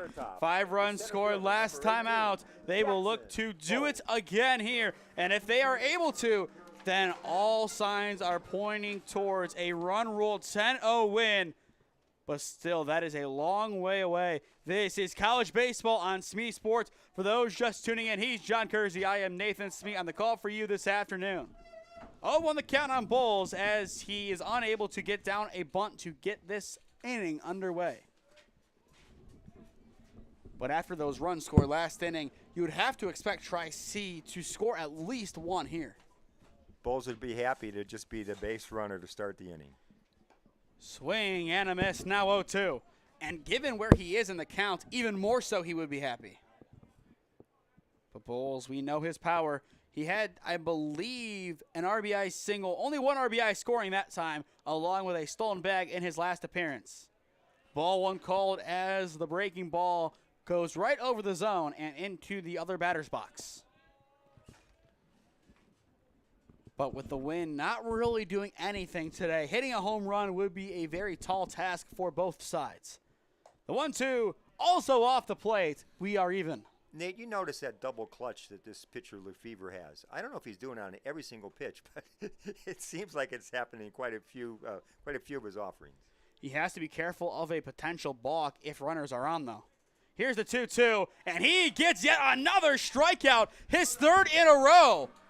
Once again, Bryant and Stratton had no strikeouts heading into Lefevre coming on. And the last 3 batters for Tri-C, they have gone down on strikes. I mean, talk about a turnaround. Yeah, it could be the lefty, the sidearm, the double clutch, or any combination of those. They're just causing a little consternation on Tri-C's part right now. And now it will be Farrell stepping in. First pitch, beautiful break. 0-1 the count on the edge of the zone. Lefevre, he is doing great. And the question is for Bryant and Stratton, do they just have to have a bullpen game where their guys aren't figured out, and once they are, then you make the change? Now 1-1 as it is a close miss from Lefevre. But I think you have to put that in play for the next game of go with the bullpen, see what works, and do not have your pitchers get figured out. It's kind of like Brody Bugera for Alliance. He's good one time through the order, but a second time around, the opponents figure him out, and that is when they're able to score off of him. Like I said, Lefevre's whole motion, his approach is a little unorthodox, but boy, when he misses, he really misses. 2-1 the count. Lefevre looking to get a get right. Unable to find it as it misses once again just off the plate. 3-1 on Farrell. Brock Miller awaiting in the on-deck circle. And for those keeping score at home, Farrell is the last hit of the ball game for Tri-C. Or excuse me, it was Green. And now it is full. 3-2. A good pitch from Lefevre. Do we see yet another strikeout from the sidearm pitcher? That would be the 4th in a row. Aiming for outside corner. 3 balls, 2 strikes. The payoff. Popped up, and it will carry on out. We will see the payoff once again. Farrell fouled off ball 4. I would say it most likely would have missed, but you never know given the zone. Given the umpire. You always have to be careful and see where it will go in the end. Here's the payoff. Hit right center field, and it will get by everybody. It's a gapper for Farrell. He will cruise to second base, and he will stay put. It's a 1-out double for Pat Farrell, and Tri-C once again has a runner in scoring position. A gapper. What a beautiful swing by Farrell. He could not have placed that any better, and that is why he fouled off that prior offering. He knew what he could do if given the right pitch, and finally he makes it happen. Farrell now 2 for 3 on the day. That was a very hittable pitch over the outside, middle, a little bit outside part of the plate, and he knew what to do with it. And now we will have Brock Miller step in for Tri-C. Runner in scoring position. That is his forte in the box. First pitch, a lot outside. It skips away, but Reach is able to get there before there is any movement from Farrell. 1-0 the count. You look at this Tri-C roster, though, in regards to next year. They lose a couple of key guys, but otherwise, they run it back with pretty much the same exact crew. And you have to think, given this win streak, they could do it again. Now 1-1 as Miller is unable to connect. And keep in mind, you're bringing some really big names from NEO baseball. Schneider from Buckeye, Trebenter from Lake Catholic, and on top of that, Ignacio from Ignatius. A lot of really good talents coming in. And oh, by the way, 3 from Canada. And we've seen the way that Cohen Merritt plays. We will take that any day of the week. Now 1-2 as Lefevre does a nice job to hit the outside of the zone. Tri-C's the new murderer's row, Nate. A lot of great, talented, powerful hitters in this lineup.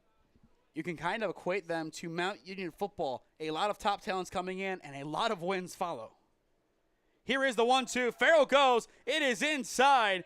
And Miller kind of sets a pick for the Tri-C offense, helping Farrell. No throw from Reach. No effort to make a throw because the base was stolen. And Miller has the right to that box. That's exactly what he needs to do, to stay in there and wait for the pitch.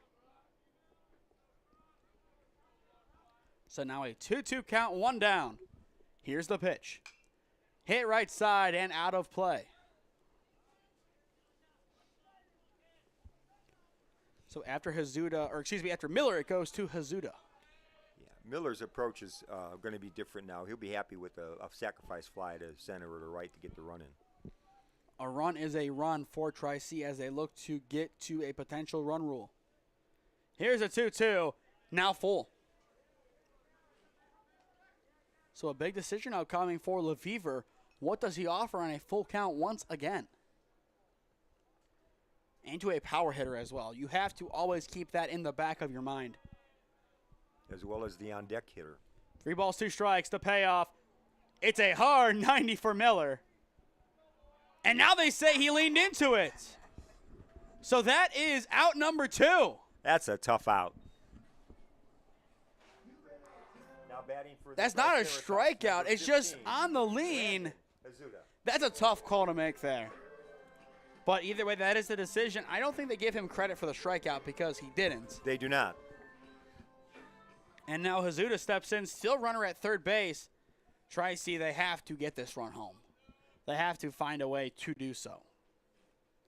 First pitch from Lefevre, well outside, 1-0 the count. Farrell still plenty active on the base path because he knows if the ball skips away, he has to be there at home.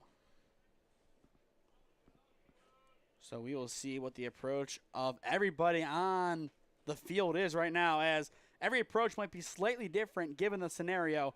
Now 1-1. But the main ones to look at is Lefevre, the batter Hazuda, and Farrell at third, because he has a big decision to make if the ball does go a little bit away from Reach behind the dish.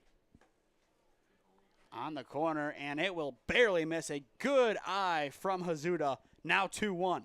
That was a good setup on Reach. He was aiming for that outside strike. And he will look to find it here. A hitter's count, 2-1. The pitch. Hit into right center field. A good amount of carry. It is still going on back. And the play is made by Wims. And the side is retired. No damage done despite Farrell standing 90 feet away from scoring. 4 innings in the books at Tri-C's Ron Mottl Field. It is 5-0 Triceratops. Experiencing pain of any kind? Call a timeout and stop by the Healthiest You Chiropractic Center. There, Dr. Max or Dr. Stephanie will provide a top-tier adjustment. Then you'll unwind in their therapy room. Visit their website at www.thychiro.com or call 440-238-3338 and book an appointment today. The Healthiest You Chiropractic Center, keeping Strongsville pain-free since 2013. Looking to get in shape and join a great community? Look no further than CrossFit Strongsville. We offer classes taught by our amazing staff of coaches. If going solo is more your speed, stop in for our open gym hours. Visit our website at CrossFitStrongsville.com to learn more and view our schedule. Visit our new location at 12608 Alameda Drive in Strongsville. Strongsville CrossFit, you're worth it. You deserve to be healthier and happier.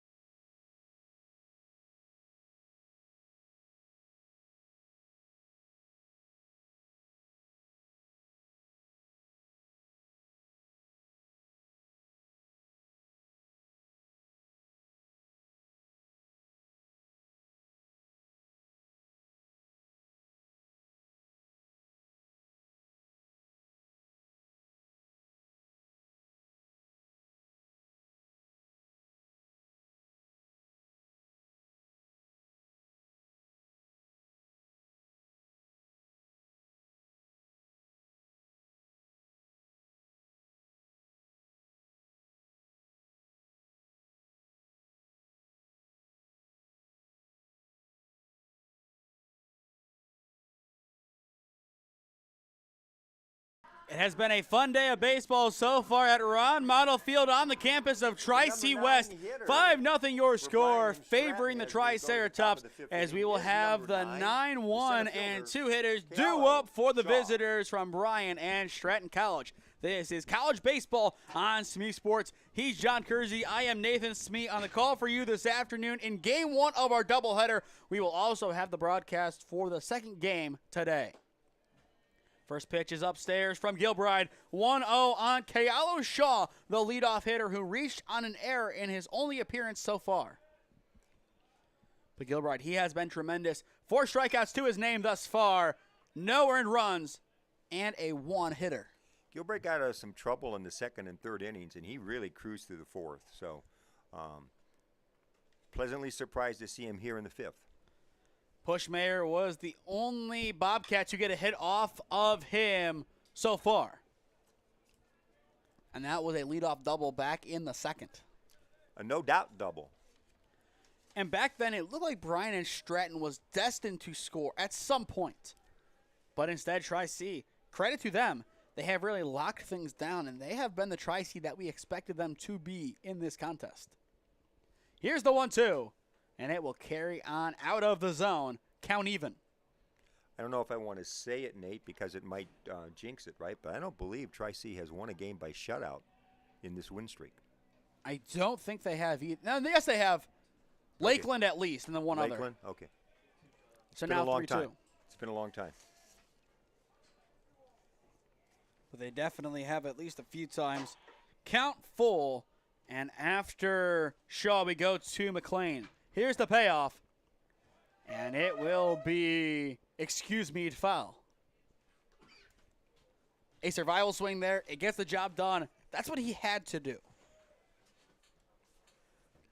But the count will remain full. 3 balls, 2 strikes on Kealo Shaw. Right now, Bryant Stratton needs base runners any way possible. Gilbride for out number 1, the payoff, and it is too high. Ball 4, and Shaw is on with a lead-off walk. Second inning in a row that we have a lead-off walk for the Bobcats. Now batting for the Bobcats. Looking at Tri-C's bullpen, still no action that we can see. They had Cox getting warm a few innings ago, but he has been sat down at least for the time being. But now we do have an arm entering the bullpen as we speak. We will look to get eyes on whoever that is when we can.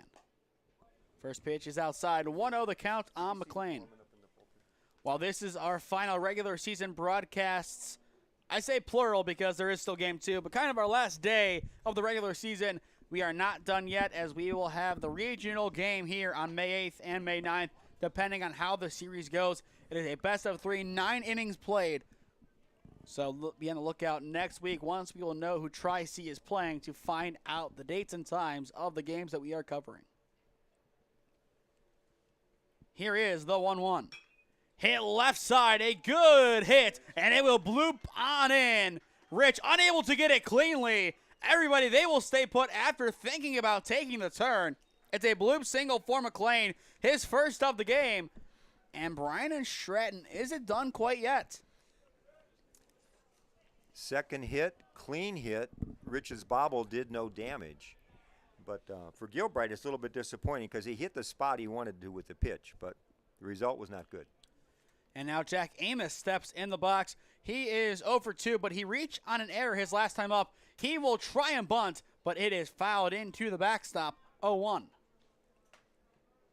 And after Amos, it goes to Gherkin, then Pushmayer.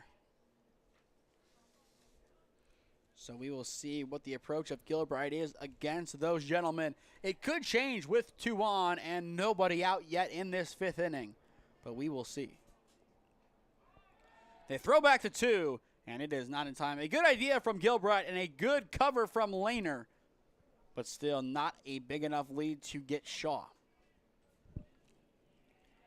One strike. Nobody out and down by 5. I don't think Shaw's going to get too risky at second base. 1 strike the count on Amos. He will pop it, and it will barely ricochet back in play. Now 0-2. For a second, that bunt was headed right for us. It was looking like it was going to hit the press box in some capacity, but it will ricochet back in. 2 strikes, the count on Amos. 2 bunts so far. We will most likely not see one here. I would be shocked if we did. The 0-2 is taken. A good block by Hazuda keeps it close. Now 1-2. Hazuda's done a fine job of keeping those down in the dirt type pitches in front of him today. And that is what you expect from a guy like Brendan Hazuda. He has done this all year, so no surprises. Here is the 1-2. It is Sky, left center field, a high hanger.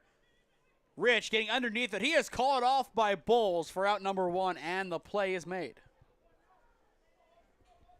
And now Hudson Gherkin, the third baseman, will step in. Now appearing at the plate for Bryant Stratton, the third baseman, number 44, Hudson Gherkin. But Gherkin so far in this game, I believe he is 0 for 2.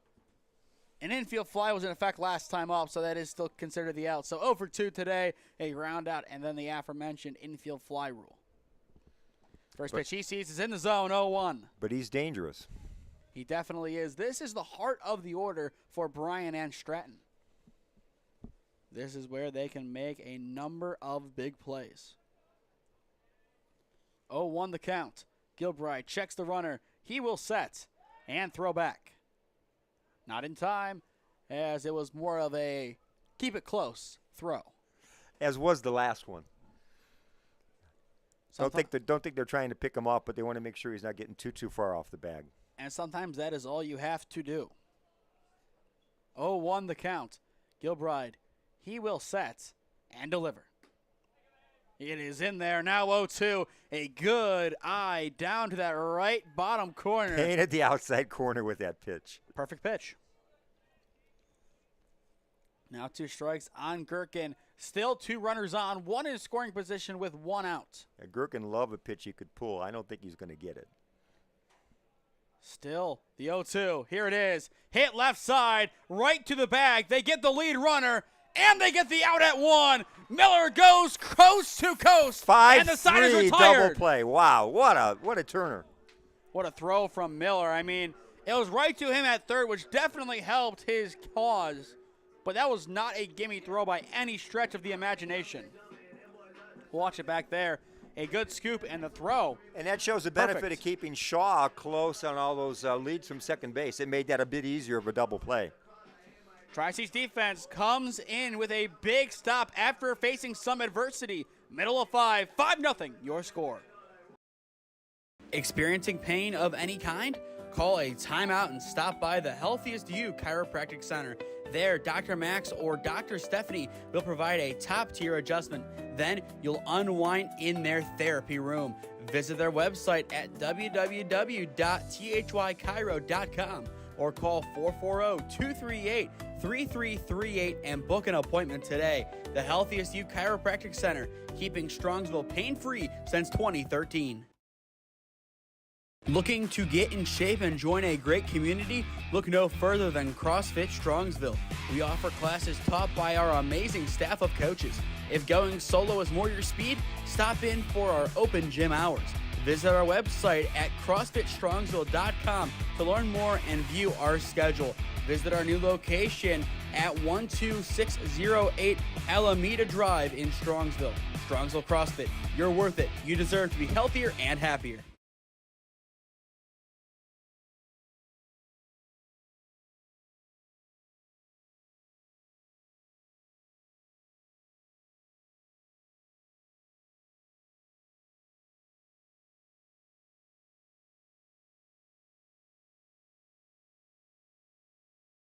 Six, 7, and 8 due up for Tri-C in the bottom of the 5th inning. 5-0 your score. The Triceratops doing all of their damage back in the bottom of the 3rd inning. But Gallagher, he was part of that. He was able to reach on a fielder's choice, and on top of that, an error.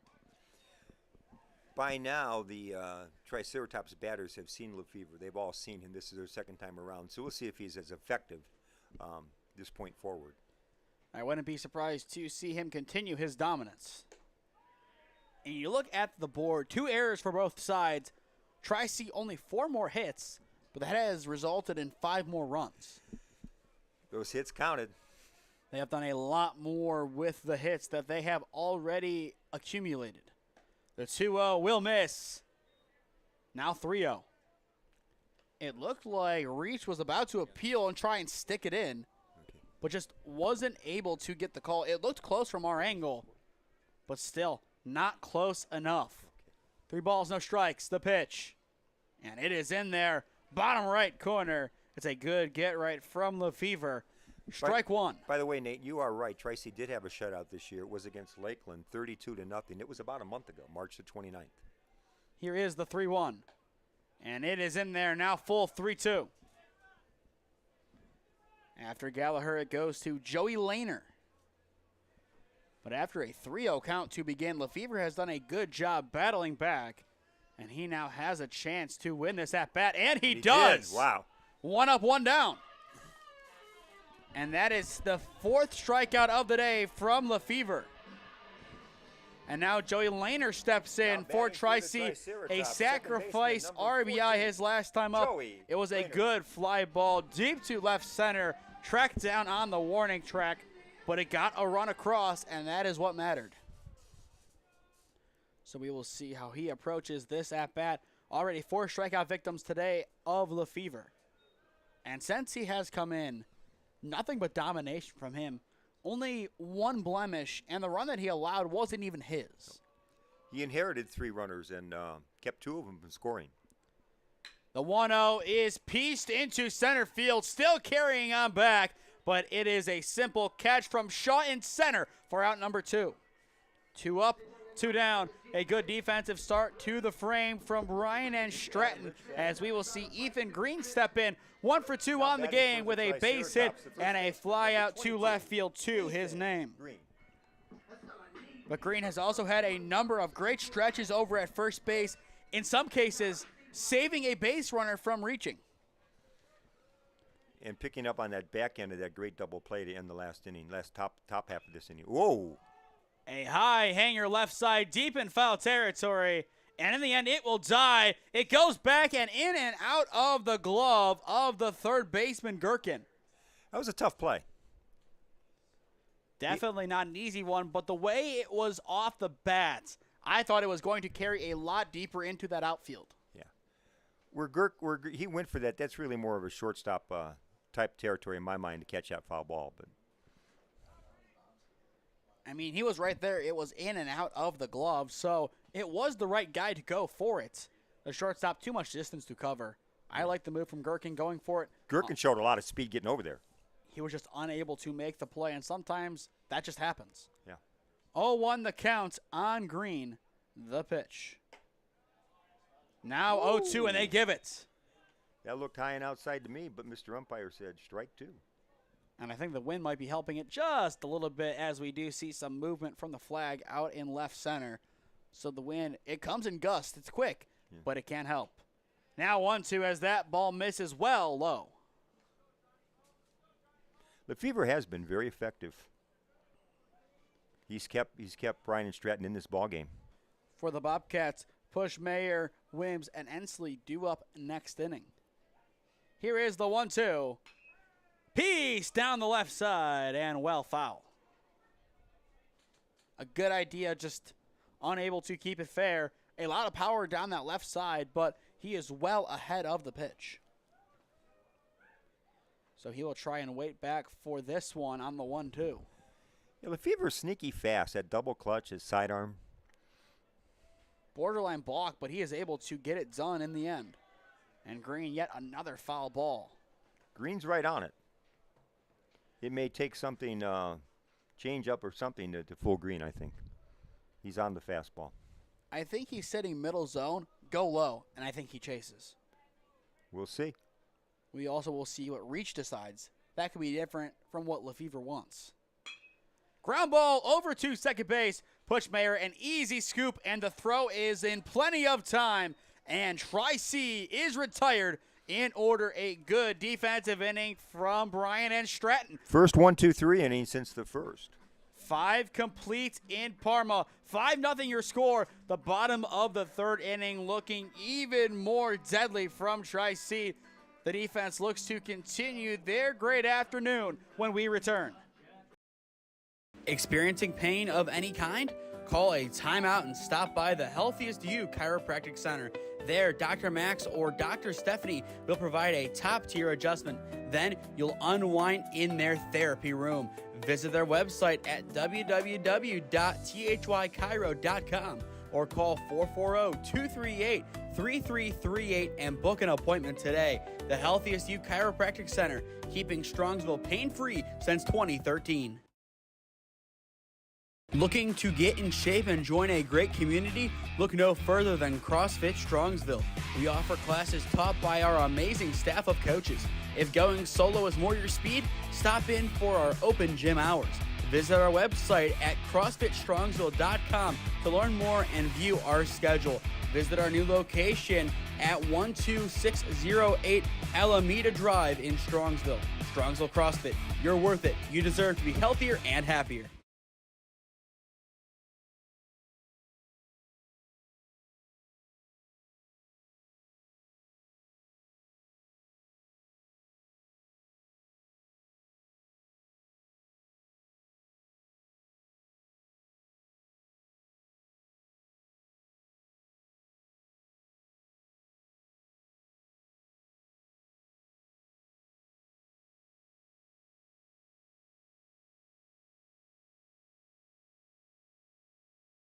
Pushmayer, Wims, and Ensley do up this inning for the Bobcats. They are down to their final 6 outs in need of 5 runs, and it is a first pitch strike from Gilbride. You said a while ago you expected him to go 4 innings, but here we are, 5 complete for him, and we enter the 6th, and he is still pitching and still pitching really well. Very effectively, and when you think about it, he's got a 2-hitter going on a day with a temperature in the low 40s when it's hard to grip the baseball. He's doing phenomenally well. The only saving grace to the temperature is the fact that the sun is starting to come out. It is indeed 1 degree warmer. But on a day like this, 1 degree is like giving a single saltine to someone who has been starving for hours. Ball 1 called in the dirt. Right now, the only thing that's starving, I think, Nate, is the Bobcat offense. No, I am too. So 2 things. 2 things. 1-2 the count. Gilbride looking for out number 1. And it will miss upstairs. At some point, we got to talk about the Browns' latest quarterback. He will definitely do that. I feel like that could be at the top of the next broadcast. We kind of set the stage for both games. I see that's kind of our open of talking about Shadur Sanders and a couple of other pieces. Whoa. Speaking of piece, a good one left side, but well foul. And also well out of play. Yeah. That is the worst feeling as a batter. You feel the barrel when you swing, but when you see the ball well left of the foul pole, you're thinking, if I had waited 1 more second, we could be talking about an extra base hit or a home run. He got ahead on it, but he got ahead of it. And a lot of time after that, you see a strikeout follow. Instead, it is hit left side, and it is through. A good adjustment made by Pushmayer. He is now 2 for 3 and has a leadoff single, his second leadoff hit of the game. Now batting for the Bobcats. What a swing by Pushmayer. Number 23. It is not Dylan easy to straighten Smith, out right a field. pitch like that. You go from a hard liner well foul to waiting back just enough time to sneak it through against 2 really good gloves, no less. That's impressive. He has been probably the player of the game from Bryant and Stratton today. Has 2 of their 3 base hits. And we'll see what Gilbride comes back with. It is ball 1 to Wims, 1-0 the count. Opposite ends of the spectrum so far for him. A strikeout and a walk. The sun, as you can see, starting to come out here at Tri-C. It has been a gloomy day so far, but finally we are seeing some sunshine. Now 2-0 the count. Sunshine, yes. Shadows, not yet. Yeah, it is getting really bright really quick.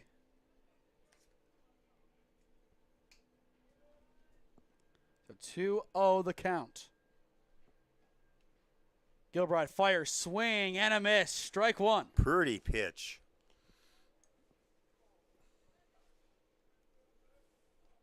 So we will see what happens now on the 2-1. Gilbride looking to get ready again. He fires. And it is low now. 3 balls, 1 strike. In the on-deck circle after Wims, it is Ensley. Gilbride put it where the catcher wanted it, but it was down low. So we could realistically see a call to the bullpen made very soon for Tri-C. But we will see how they approach it. The 3-1, and it is in there. Now 3-2. And that is a big pitch. Gilbride, he needed to hit his spot there, and to his credit, he got the job done. But the count still sits full. 3 balls, 2 strikes. Once again, Tri-C looking to win for the 35th game in a row. That is what is on the line for the Triceratops. Set up inside this time, I believe. Here's the payoff. Line left side, and it is fair. It hugs the line, but gets through. A beautiful cut from Williams, and it will be a double. Welcome to the ball game, Bryant and Stratton.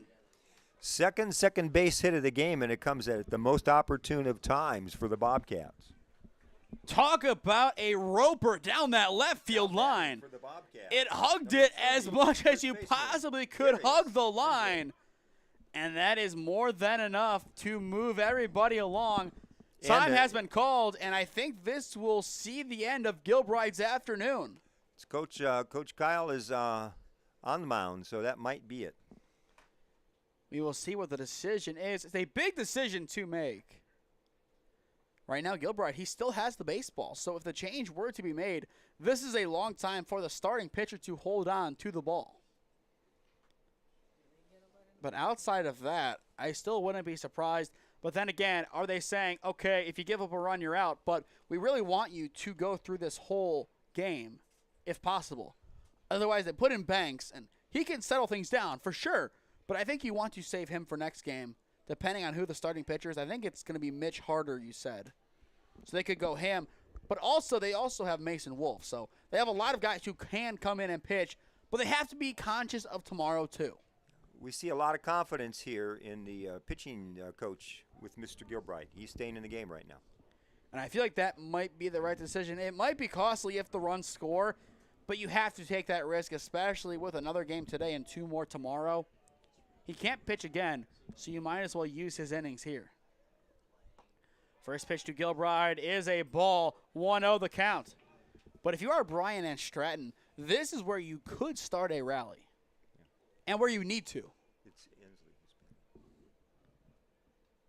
Ensley looking to give the ball a ride on the 1-0, and he does! More than a ride, it goes to left field, and it will drop in front of Rich. That will open up the scoring for Bryant and Stratton. It's an RBI single for Darius Ensley. And now, all of a sudden, it is a 5-1 ball game. Run number 2 at third, run number 3 at first, run number 4 in the box, and the tying run is in the on-deck circle.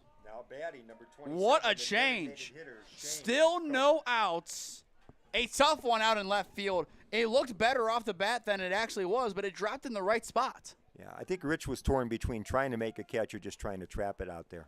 3 batters this inning, 3 hits. And that will interrupt the shutout of Gilbride along with his 2-hitter. And it's a first pitch ball to Cope, who is, well, just like Wims, both ends of the spectrum, a strikeout and a walk. 1-0 the count, the pitch. It is in there 1-1. And what are the odds that we see Ensley take off? That is something else to look at. So far, his lead doesn't seem to indicate that, but we'll know in a second. And we will get eyes on him over at first base a little bit more closely. A good secondary, hits left side, and it's an RBI single for Shane Cope. Seeing eye single right between third and second again.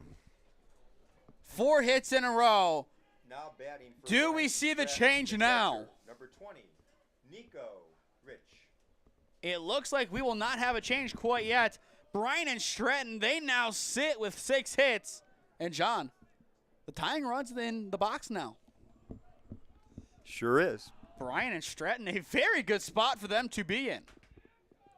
Can they keep it rolling? Bunt shown. Bunt left side. Nobody's over at first. They finally have cover from Lehner. The play is in time for out number 1. But that will put 2 runners in scoring position. Lehner, a keen eye to get over there. He almost still wasn't in time. That would have been a really costly mistake by the Tri-C defense. But they know the scenario. They know the score. They know how to make plays like that, so it's no surprise that they were able to get cover over at first base. But now you get 2 shots with 2 runners in scoring position. A very good position for the Bobcats. Chop left side. It will stay fair. They don't throw home. They throw to 1. It is in time. The run will score. And another now in scoring position. I would say mission complete for the Bobcats. Fielder's choice scores a run. Tri-C made a conscious decision to go to first base and get the sure out. That is exactly what they needed. Run number 4 still 90 feet away now as Gavin McLean, who had a base hit his last time up, steps in. And then Amos. So you have 2 guys who realistically could go yard now up.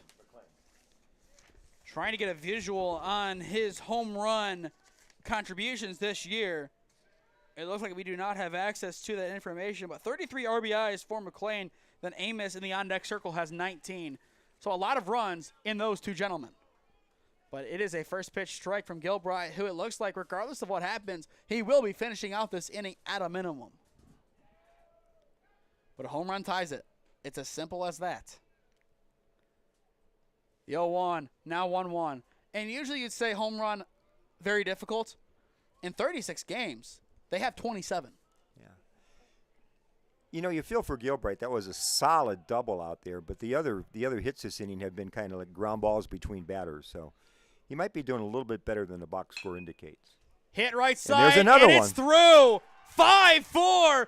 4-run score this inning for the Bobcats, and the tying run is on the base path for Jack Amos. McLean is all pumped up about that one.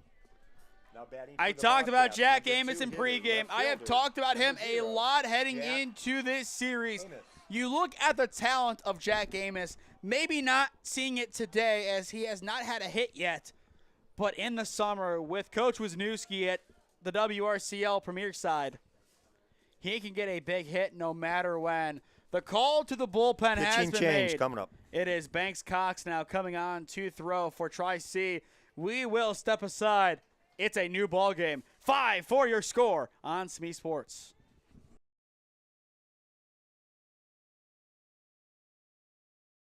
Experiencing pain of any kind? Call a timeout and stop by the Healthiest You Chiropractic Center. There, Dr. Max or Dr. Stephanie will provide a top-tier adjustment. Then you'll unwind in their therapy room. Visit their website at www.thychiro.com or call 440-238-3338 and book an appointment today. The Healthiest You Chiropractic Center, keeping Strongsville pain-free since 2013. Looking to get in shape and join a great community? Look no further than CrossFit Strongsville. We offer classes taught by our amazing staff of coaches. If going solo is more your speed, stop in for our open gym hours. Visit our website at CrossFitStrongsville.com to learn more and view our schedule. Visit our new location at 12608 Alameda Drive in Strongsville. Strongsville CrossFit, you're worth it. You deserve to be healthier and happier.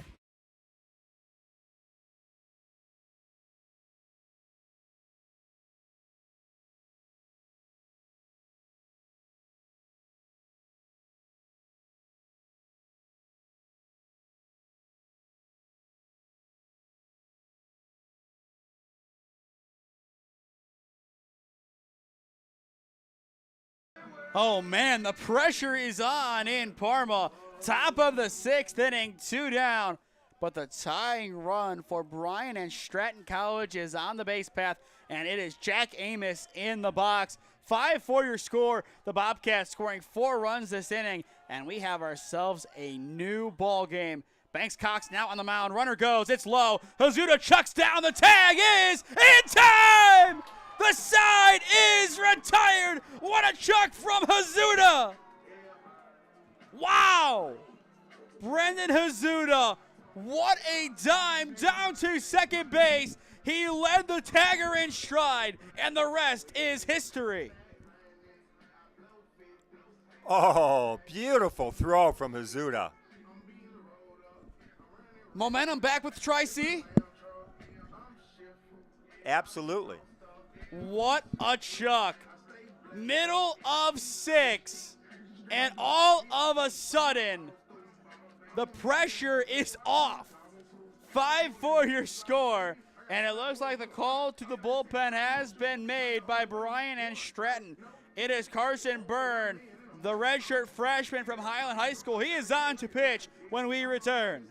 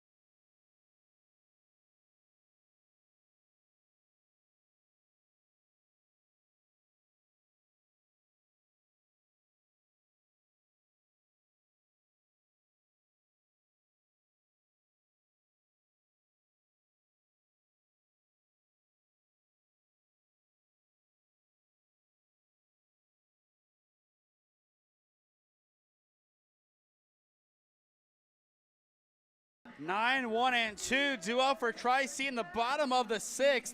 John, moments ago we thought this would be smooth sailing for the Triceratops. Not the case. Now a 5-4 ball game. Talk about a double swing just one pitch ago with 4 runs in. We thought Bryant Stratton might be threatening to tie the game, but caught stealing changed all that. Brendan Hazuda, that was one heck of a chuck. That is his play of the game. He might not be our player of the game, but there's still plenty of time to change that. Once again, stay tuned after our final commercial break as we will announce our The Healthiest You Chiropractic Center player of the game. Ball 2 on Rich, who is 0 for 1 on the day with a strikeout. For those just tuning in, figure 8, he started in the 9-hole, but was taken out early, most likely due to that injury he suffered earlier on in the year. They want to keep him fresh. The 2-0 is sent into left center field. A good amount of carry, and it will drop in. At least a single. He will press his luck, and the whammy is there. What a chuck from Bryant Stratton for out number 1. That was a beautiful throw from center field. I don't know exactly why they were trying to stretch that, but I think that was Pushmayer that applied the tag at second base. It was a beautiful cover, too. He played it exactly how he needed to. What a chuck. It looks like Tri-C, they had a great play, but the reversal of what they did to end the last inning happens to them. A throw out at second base just reflected to the outfield opposed to behind the dish. We'll see if Merritt can get it going now for the Triceratops. 1 for 3 on the day. He already has an RBI double to his name, so I mean, not a bad afternoon. But Tri-C, given last inning, they need a little bit more to push them over to a win. And keep in mind, they are risking a 34-game win streak right now. That could all end right here if Bryant Stratton is able to make something happen next inning. 2-0 the count. The pitch. It is low from Byrne, ball 3. As a freshman, Merritt's shown a lot of wisdom laying off the pitches here and making the new pitcher Byrne bring in strikes. And he has to be really picky. One bad swing, you really can't give that to them right now, especially in a game this tight. Strike 1 called, and that is one that I think even regardless of the count, you kind of take. A very close offering from Byrne. 3-1 now the count. Carson needs a strike here. The pitch. And somehow it is ball 4. I thought that was a strike, but Tri-C, they will take that for sure. It was close, but Merritt is on with 1 away, and up steps Jackson Bowles. as well. 1 for 3 on the day, an RBI single to his name. On top of that, he has a stolen base. Speaking of stolen bases, let's keep an eye on Merritt at first. I believe he also did have a stolen bag earlier. He at least moved an extra base at some point. Given that lead, he might be thinking about going, not on this pitch, but maybe later on in the at-bat. 0-1 the count on Bowles. But usually when we see that early lead like that, that's an indicator of, not now, but in a second we will see a steal. It's also an indicator whether the pitcher has a move over there. I feel like he has to throw back. He goes, and the pitch out will help him. Strike is called. Now 0-2, but initially the pitch out was going to help Reach get there, but in the end it hurt him. Reach couldn't get the ball out of his glove, it looked like to me. There have been a few transfer issues so far in this contest, and they look to be carrying over into the bottom of the 6th. 0-2 the count. He goes again, and once again it bounces wide. What a job by Cohen Merritt. 2 stolen bags. Forget 1, you get 2. Let's just say Mr. Reach is having some problems behind the plate today. It's still a cold game. That has been the biggest issue. Yeah, that ball rolled about 10, 11 feet away from him to his left. So now, if that does it again, do we see Merritt take home? Here's the 1-2, fouled away left side. I believe Mr. Bowles wants to get a couple of cuts here. I think Mr. Bowles wants to hit the ball over the left field wall. Just knowing who he is and the way that he plays, I think he wants to go yard here. Regardless of the way the wind has been, he wants to go yard. And that's admirable, but they just need a run. Anything on the ground and through, that helps. Bowles almost getting rung up on the outside corner. The umpire says no. A good miss from Byrne. Count even. That was yet another great miss.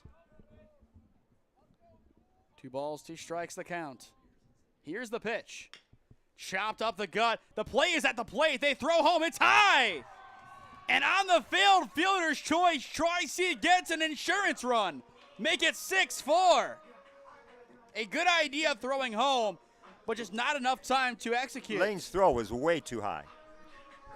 So it goes down as an unsuccessful fielder's choice and an RBI for Jackson Bowles, his 2nd of the game.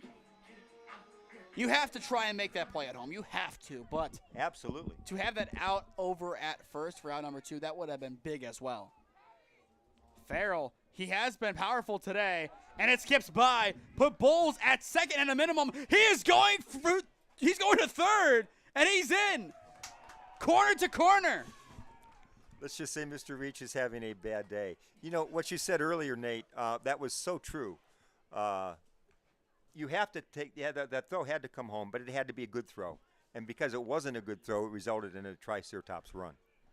Jackson Bowles, I don't think he even really knew where the ball was. He just took the turn and prayed. Followed his coach's directions.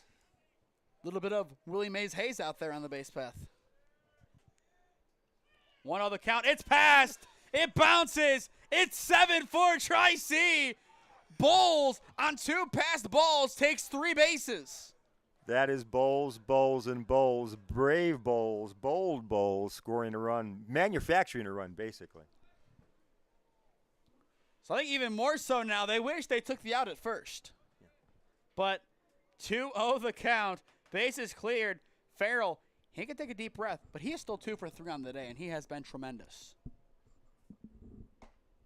Strike 1 called. He thought about offering, but kind of just held back. But looking at Bryant Stratton next inning, Amos, Gherkin, and Punchmeyer, those are guys that realistically can help them score, but opposed to scoring 1 run to tie, now you need 3. Becomes a lot more difficult. 2-2 now the count on Farrell with Brock Miller awaiting in the on-deck circle. And we'll talk about what happened to Miller last time up. He just hopes to have that not happen again. Here's the 2-2. It is popped into left field. And Amos, he will have to charge, and he makes the diving catch for out number 2. An excellent snag once again by Jack Amos. You know, I couldn't tell if the shortstop initially called for that ball, but the left fielder broke late on it, but he caught it all the same. Jack Amos has been elite defensively. That is not up for discussion. I mean, play after play he has made, and somehow in some way he has been perfect out and left. Number 7, Brock Miller. And now Brock Miller steps in. Last time up, he leaned into a pitch, and that was his undoing. But he will see a first pitch ball. After Miller, it goes to Brendan Hazuda. And Hazuda, he was the man of the hour for at least a couple of seconds, but it looks like we might not see him again today at the sticks in this game. And assuming things hold on to the way they are, that will be the case. Miller is put away on a ground out, retiring the side. But not before Tri-C finds a way to score a pair of runs, one of which was manufactured solely by Jackson Bowles. End of 6 in Parma. Bryant and Stratton down to their final 3 outs when we return. Experiencing pain of any kind? Call a timeout and stop by the Healthiest You Chiropractic Center. There, Dr. Max or Dr. Stephanie will provide a top-tier adjustment. Then you'll unwind in their therapy room. Visit their website at www.thychiro.com or call 440-238-3338 and book an appointment today. The Healthiest You Chiropractic Center, keeping Strongsville pain-free since 2013. Looking to get in shape and join a great community? Look no further than CrossFit Strongsville. We offer classes taught by our amazing staff of coaches. If going solo is more your speed, stop in for our open gym hours. Visit our website at CrossFitStrongsville.com to learn more and view our schedule. Visit our new location at 12608 Alameda Drive in Strongsville. Strongsville CrossFit, you're worth it. You deserve to be healthier and happier.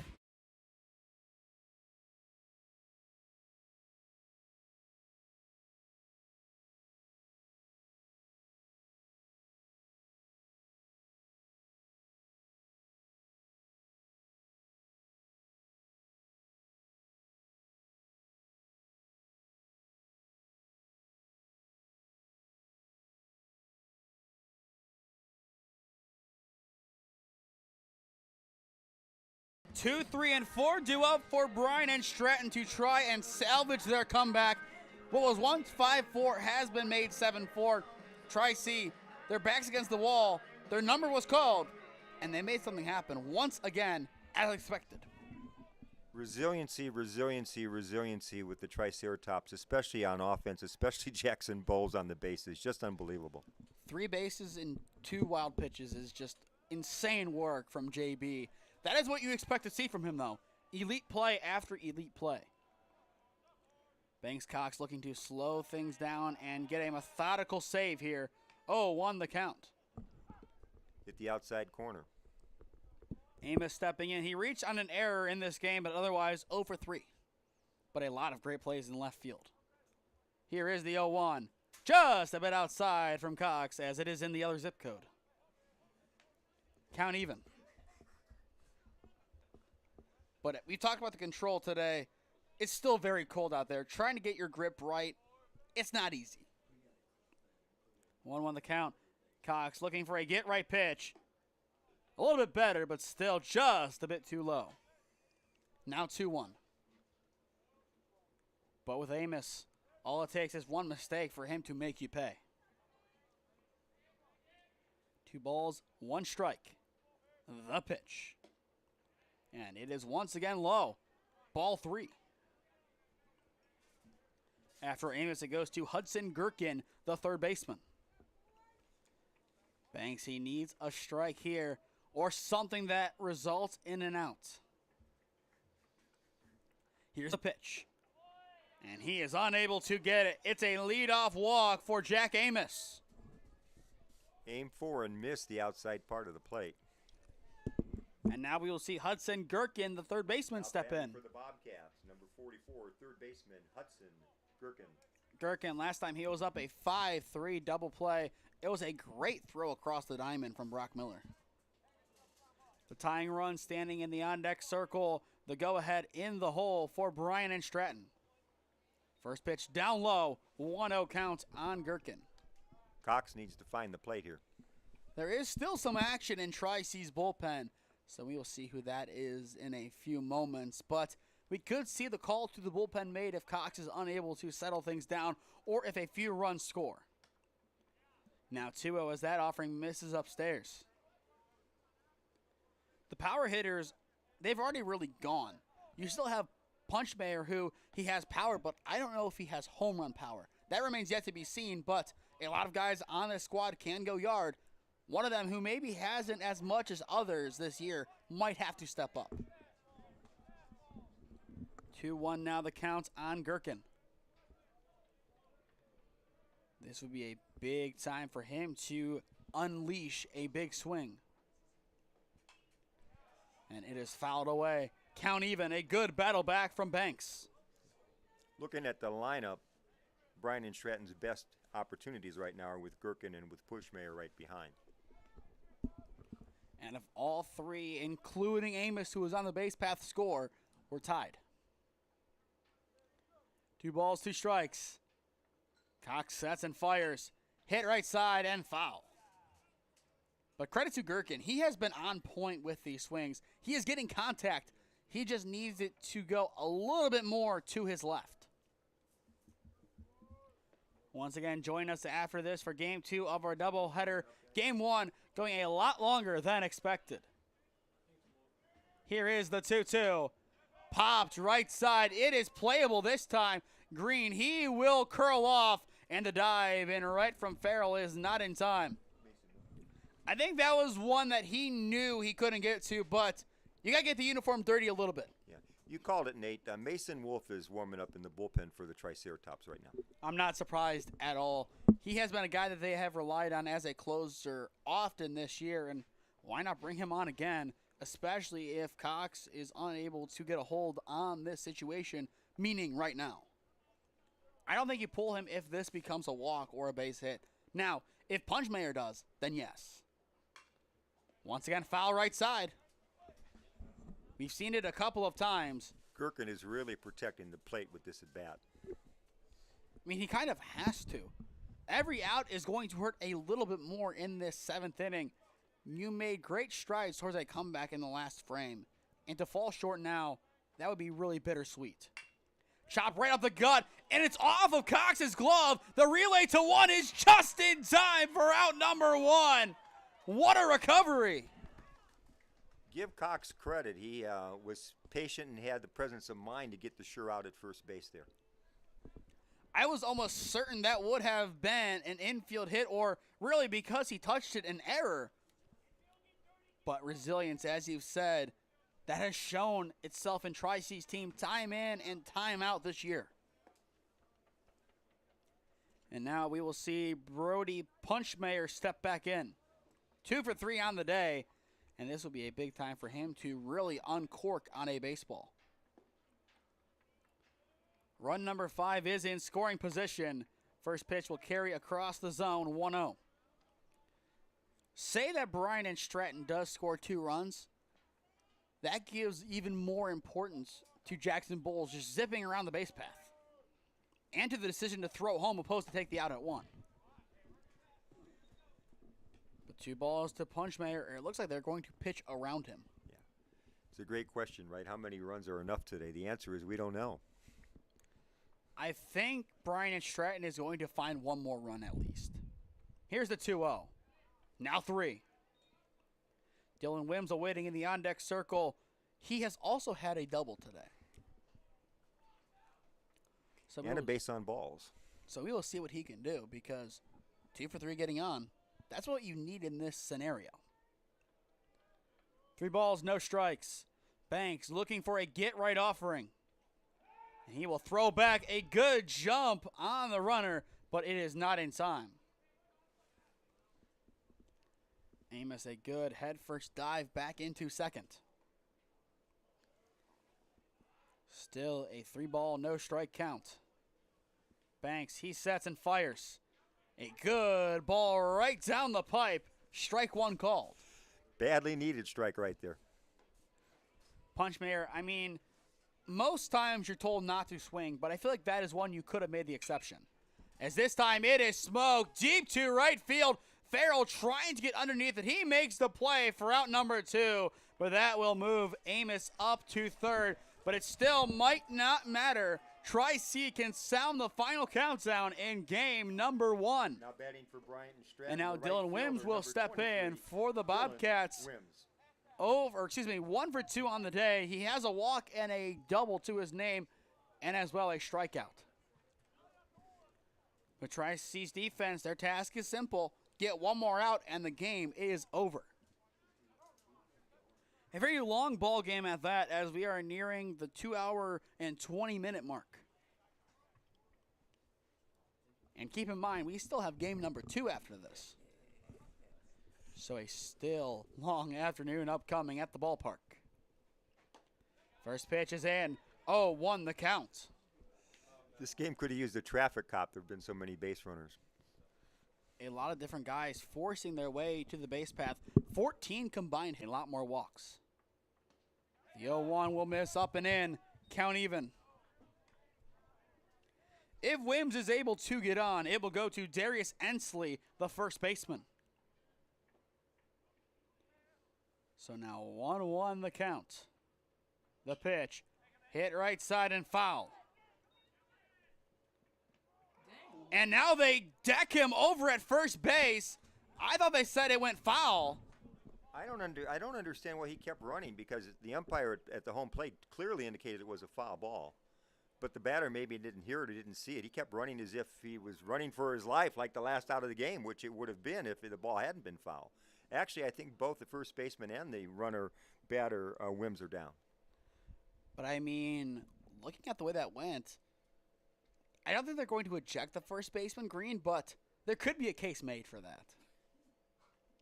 A tough one there, and we will have time called. Our next broadcast after the second game of our doubleheader is Monday back here, but for Holy Name Baseball, as they welcome in NDCL, 5 p.m. first pitch Monday. Then Tuesday, we are at Minerva for our final Alliance game of April and potentially of the year, as they take on the Lions in Minerva. On Wednesday, no game on the channel, as we will be at Karis Stadium for the OAC Women's Lacrosse Semifinals, as the Purple Raiders take on one of ONU or Baldwin Wallace. Wims is still completely down on the ground, Nate. That does not look good. Green seems to be stretching on his way up. He's up on his haunches at least, halfway up, and he's talking to his teammates like he's okay. So let's see what happens here. Coach Kyle Stahlberg's out talking to the umpire about whether there will be any ejection or any, how can I say this, retribution for this play. This was an unusual play in my mind. Do we have a replay of it? We showed the replay already. Yeah. But I think that it was pretty clear foul ball. He went in, decked them. Yeah, the plate umpire clearly called it. The play was called dead already, so Yeah. everything that happened, Yeah. on one side, you could see it, he threw his kind of hip into him and boom, ejection. On the other hand, you run at your own risk. But going back to our schedule, on Thursday, we will be in Hunting Valley as we will have a good battle between Holy Name and University School. That will be a great game. That has been a great battle over the years.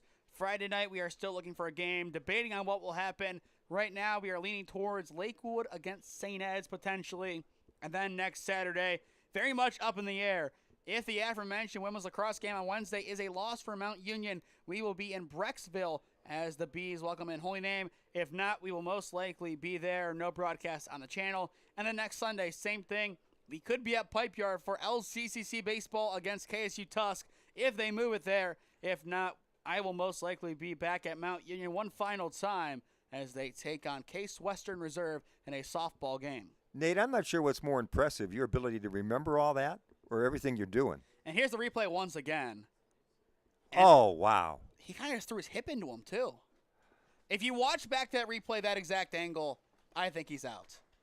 But based on what the umpire saw, I don't think they're going to eject him.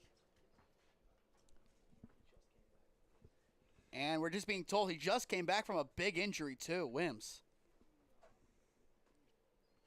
That is heartbreaking. Really is. He is being helped off. He is not in good health as of right now. Well, that's going to mean a pinch hitter, and that's also going to mean the pinch hitter is going to inherit that count. But I think the saving grace against Green was it wasn't an intentional hit. That's the first thing that we're going to say. That was completely unintentional. He was just trying to make a play. He just completely backed into him, just trying to grab the ball. If it was a fair ball, that would have negated everything after interference and give him first base, but that's not going to happen. But it will be a pinch hit 1-2 count. Just unfortunate that could have been avoided. Definitely. But it looks like we are going to see Taleb Al-Zakwani will be entering the game as a pinch hitter for Wims. And as we just heard over the PA, Taleb Al-Zakwani stepping in. Just definitely hoping the best for Dylan Wims. I mean, obviously you never want to see anyone get hurt, but somebody who just came back from that major of an injury to get hurt again. Glad he was able to walk off the field on his own power. That's a good sign right there. The thing that worries me, it worries me, but at the same time it's better. He got hit in the hip, not the leg. Obviously the hip can lead to a lot more issues, but if he got hit in the leg, then I think it would have been a lot worse, John. We got a new first baseman, too. And we do have a new first baseman for Tri-C. It might not matter. It won't! Cox right away gets strike 3, and just like that, the ball game is over. Tri-C wins it 7-4. That's the one upside for Cox getting all that time. He just thought to himself, all I need is one pitch, and that's what it was, one pitch. So it didn't matter who the new first baseman was for Tri-C, but for funsies, if you will, it was Garrett Grinstead over at first base. I mean, all he had to do was go out there and just stand there. So that's the life you want to live at first base. Gets into the box score for just standing there for one pitch. The last 2 times that we have seen Banks Cox pitch, a no-pitch win, and one pitch after an elongated pause to win the game. We will step aside and hear a word from our sponsors one final time before we announce our The Healthiest You Chiropractic Center Player of the Game. Experiencing pain of any kind? Call a timeout and stop by the Healthiest You Chiropractic Center.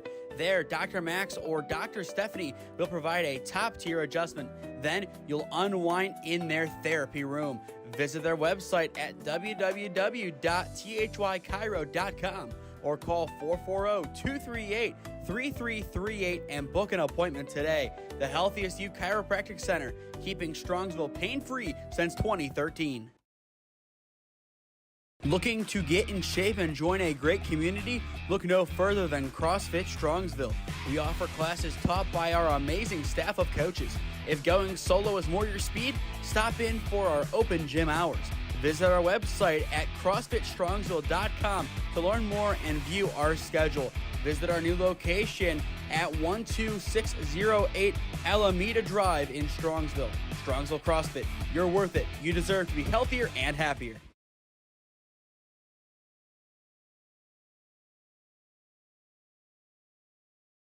7-4 your final in game number 1 of our doubleheader. Your player of the game presented by the Healthiest You Chiropractic Center. It is Jackson Bowles, an RBI single. He reached in on a fielder's choice, which he could have been easily retired at 1. They didn't. 2 wild pitches later, he takes 3 bases. And on top of that, bases loaded early on in the game. 60 feet of range, at least, over his back shoulder, makes a catch, saves what would have been probably the tying runs of this game early on. He wins it for his glove and his legs. He did a couple of really nice plays out there in center field, and then you add in what he did in the 7th inning, basically manufacturing a run by taking second, taking third, and then coming home on that wild pitch. About as good as it gets. I mean, there's really nothing else you could have asked for from Jackson Bowles. Maybe a home run, but there is still 7 innings. But if you are a Tri-C player, you're hoping for 5 innings left to go in this doubleheader. Let's face it, the folks at Glen Oak are thrilled about him playing so well here. The folks at Glen Oak are making a great case for kids in the North Canton area to kind of jockey over to the Plains, opposed to staying in North Canton for one of Hoover, or if you go down a little bit more south to Big Mick, if you will, Canton McKinley. Well, as you mentioned, what's going on right now, 35 in a row, really says something about junior college, community college baseball in Northeast Ohio, and I think that's opening up the eyes of a lot of coaches to, hey, I've got a better option than sending a kid to a D3 school or sending my kid to a program that's maybe a D2 in the area that's just not that great. You know, what Tri-C's doing right now is rewriting all of its record books, and that's going to continue, I think, in the month of May. And I was even talking to some athletes in the conference, one of which who plays softball, and she was telling me, Tri-C is putting JUCO on the map more than we could have ever imagined because winning 35 in a row, you have legends from like Keystone, Player of the Year in Lorain County last year, I believe, in Brock Miller, Jackson Bowles from the Federal League. You got kids coming over from Lake Catholic, Menor, Ignatius next year, Buckeye. The list goes on. And we're talking about great programs when you talk about schools like Keystone and some of the other ones that you mentioned. In my mind and in my heart, though, the key thing is not just what this team is doing; it's how they've done it. Because nobody anticipated it. They weren't ranked in any preseason poll. Nobody in Region 12 thought that Tri-C would be pulling off 35 in a row and be 21-0 in the OCCAC right now.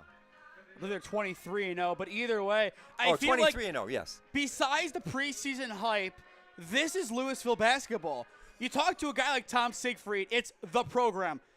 This is the program. I mean, we even saw the trainer break down one of the huddles. I mean, this is the program of baseball. I will say that easily. You look at that Louisville team, built together a tight-knit group. This group just as tight-knit as that team who ended up winning Division III in crazy fashion against Cincinnati Aiken last March. Yeah. And let's face it, we don't know just how great this Tri-C team is going to be on down the road in May. We know they're going to be facing some tougher opposition from some good colleges in Michigan, presuming everything goes well in the early rounds of the tournament. But if Tri-C were to come out of Region 12 as the champion and go to the national tournament Memorial Day weekend in Oklahoma, that would be a phenomenal tribute to all of Northeast Ohio baseball in my mind. That would be just an insane run for this team. And, oh, by the way, the majority of their starters are freshmen and coming back. That's right. Insane work from Tri-C. To stay up to date on all the games that we are covering, follow SmeeSports on Instagram and SmeeFest2024 on Twitter. As well, subscribe to the SmeeSports YouTube channel down below. We are trying to hit 3,500 subscribers by the end of this year. If you are new, go down below and subscribe. Costs absolutely nothing, and it greatly helps out our efforts here at SmeeSports. However, if you are feeling more generous in a monetary fashion, you can do one of two things. One, tip us on our website, SmeeSports.com, or two, sponsor a broadcast. You have seen our broadcast ads today for the Health ECU Chiropractic Center and CrossFit Strongsville. The latter being the player of the game sponsor for today, the Health ECU Chiropractic Center. Game 2, it will be CrossFit Strongsville. Join them and many of our other great sponsors that we have for other games. Have your business and brand be read out. Contact me at one of those avenues on your screen, and I would love to talk with you about sponsoring or having you become a sponsor of SmeeSports. We already have a couple colleges. We have Tri-C. We do some KSU Tusk. We've done Mount Union on occasion. I think the next goal becomes more JUCOs. Let me toss in something, Nate. If you run a small business and you're listening to this broadcast or watching this broadcast on the stream, why aren't you advertising on here? This is the exact type of thing you need to support. Local coverage of local teams, local broadcast of local teams. We've lost that in this area, and Nate is trying to bring it back. So that's the kind of person he is, and that's the kind of program you really want to support. And I mean, what we did at Holy Name was special in its own right. Don't get me wrong, building a program from basically scratch, but this, even more so from scratch. We didn't inherit really any equipment. It was whatever we had. We've expanded on a lot. I mean, you see our pregame posts. I don't even want to look at the bank statement right now, but that's an issue for another day. But the expansion that we've done is a big part due to the fan base because we've had a couple of reels blow up, and that's the reason we have 3,000 subscribers. It has been a grind. I mean, we do so many Alliance games as it is over there. Holy Name, Padua even added on, which is funny because that's the arch rival, but we're building something special here in NEO, and we're trying to make this the premier broadcast. You think of big-time sports down south, WTUZ, those guys. We want to be thought of in that same regard of this is the premier place to watch high school and now collegiate athletics. And I think with Tri-C, we have really established ourselves in the JUCO game well. And allow the professor to modify your language just a little bit there, Nate. You're not trying. You are succeeding. I will allow that edit post-writing there, if you will. Thank you, John, for helping us out today. You're not allowed to go home quite yet. We're going to have you for one more game if that's okay with you. I'm going to try. We're going to try. That is exactly the mentality we need. We're going to try to have one more great game tonight. 7-4 your final. He's been John Kersey. I am Nathan Smee saying so long for now from Tri-C's Ron Mottl Field. And we will see you in around 15 to 20 minutes for game number 2.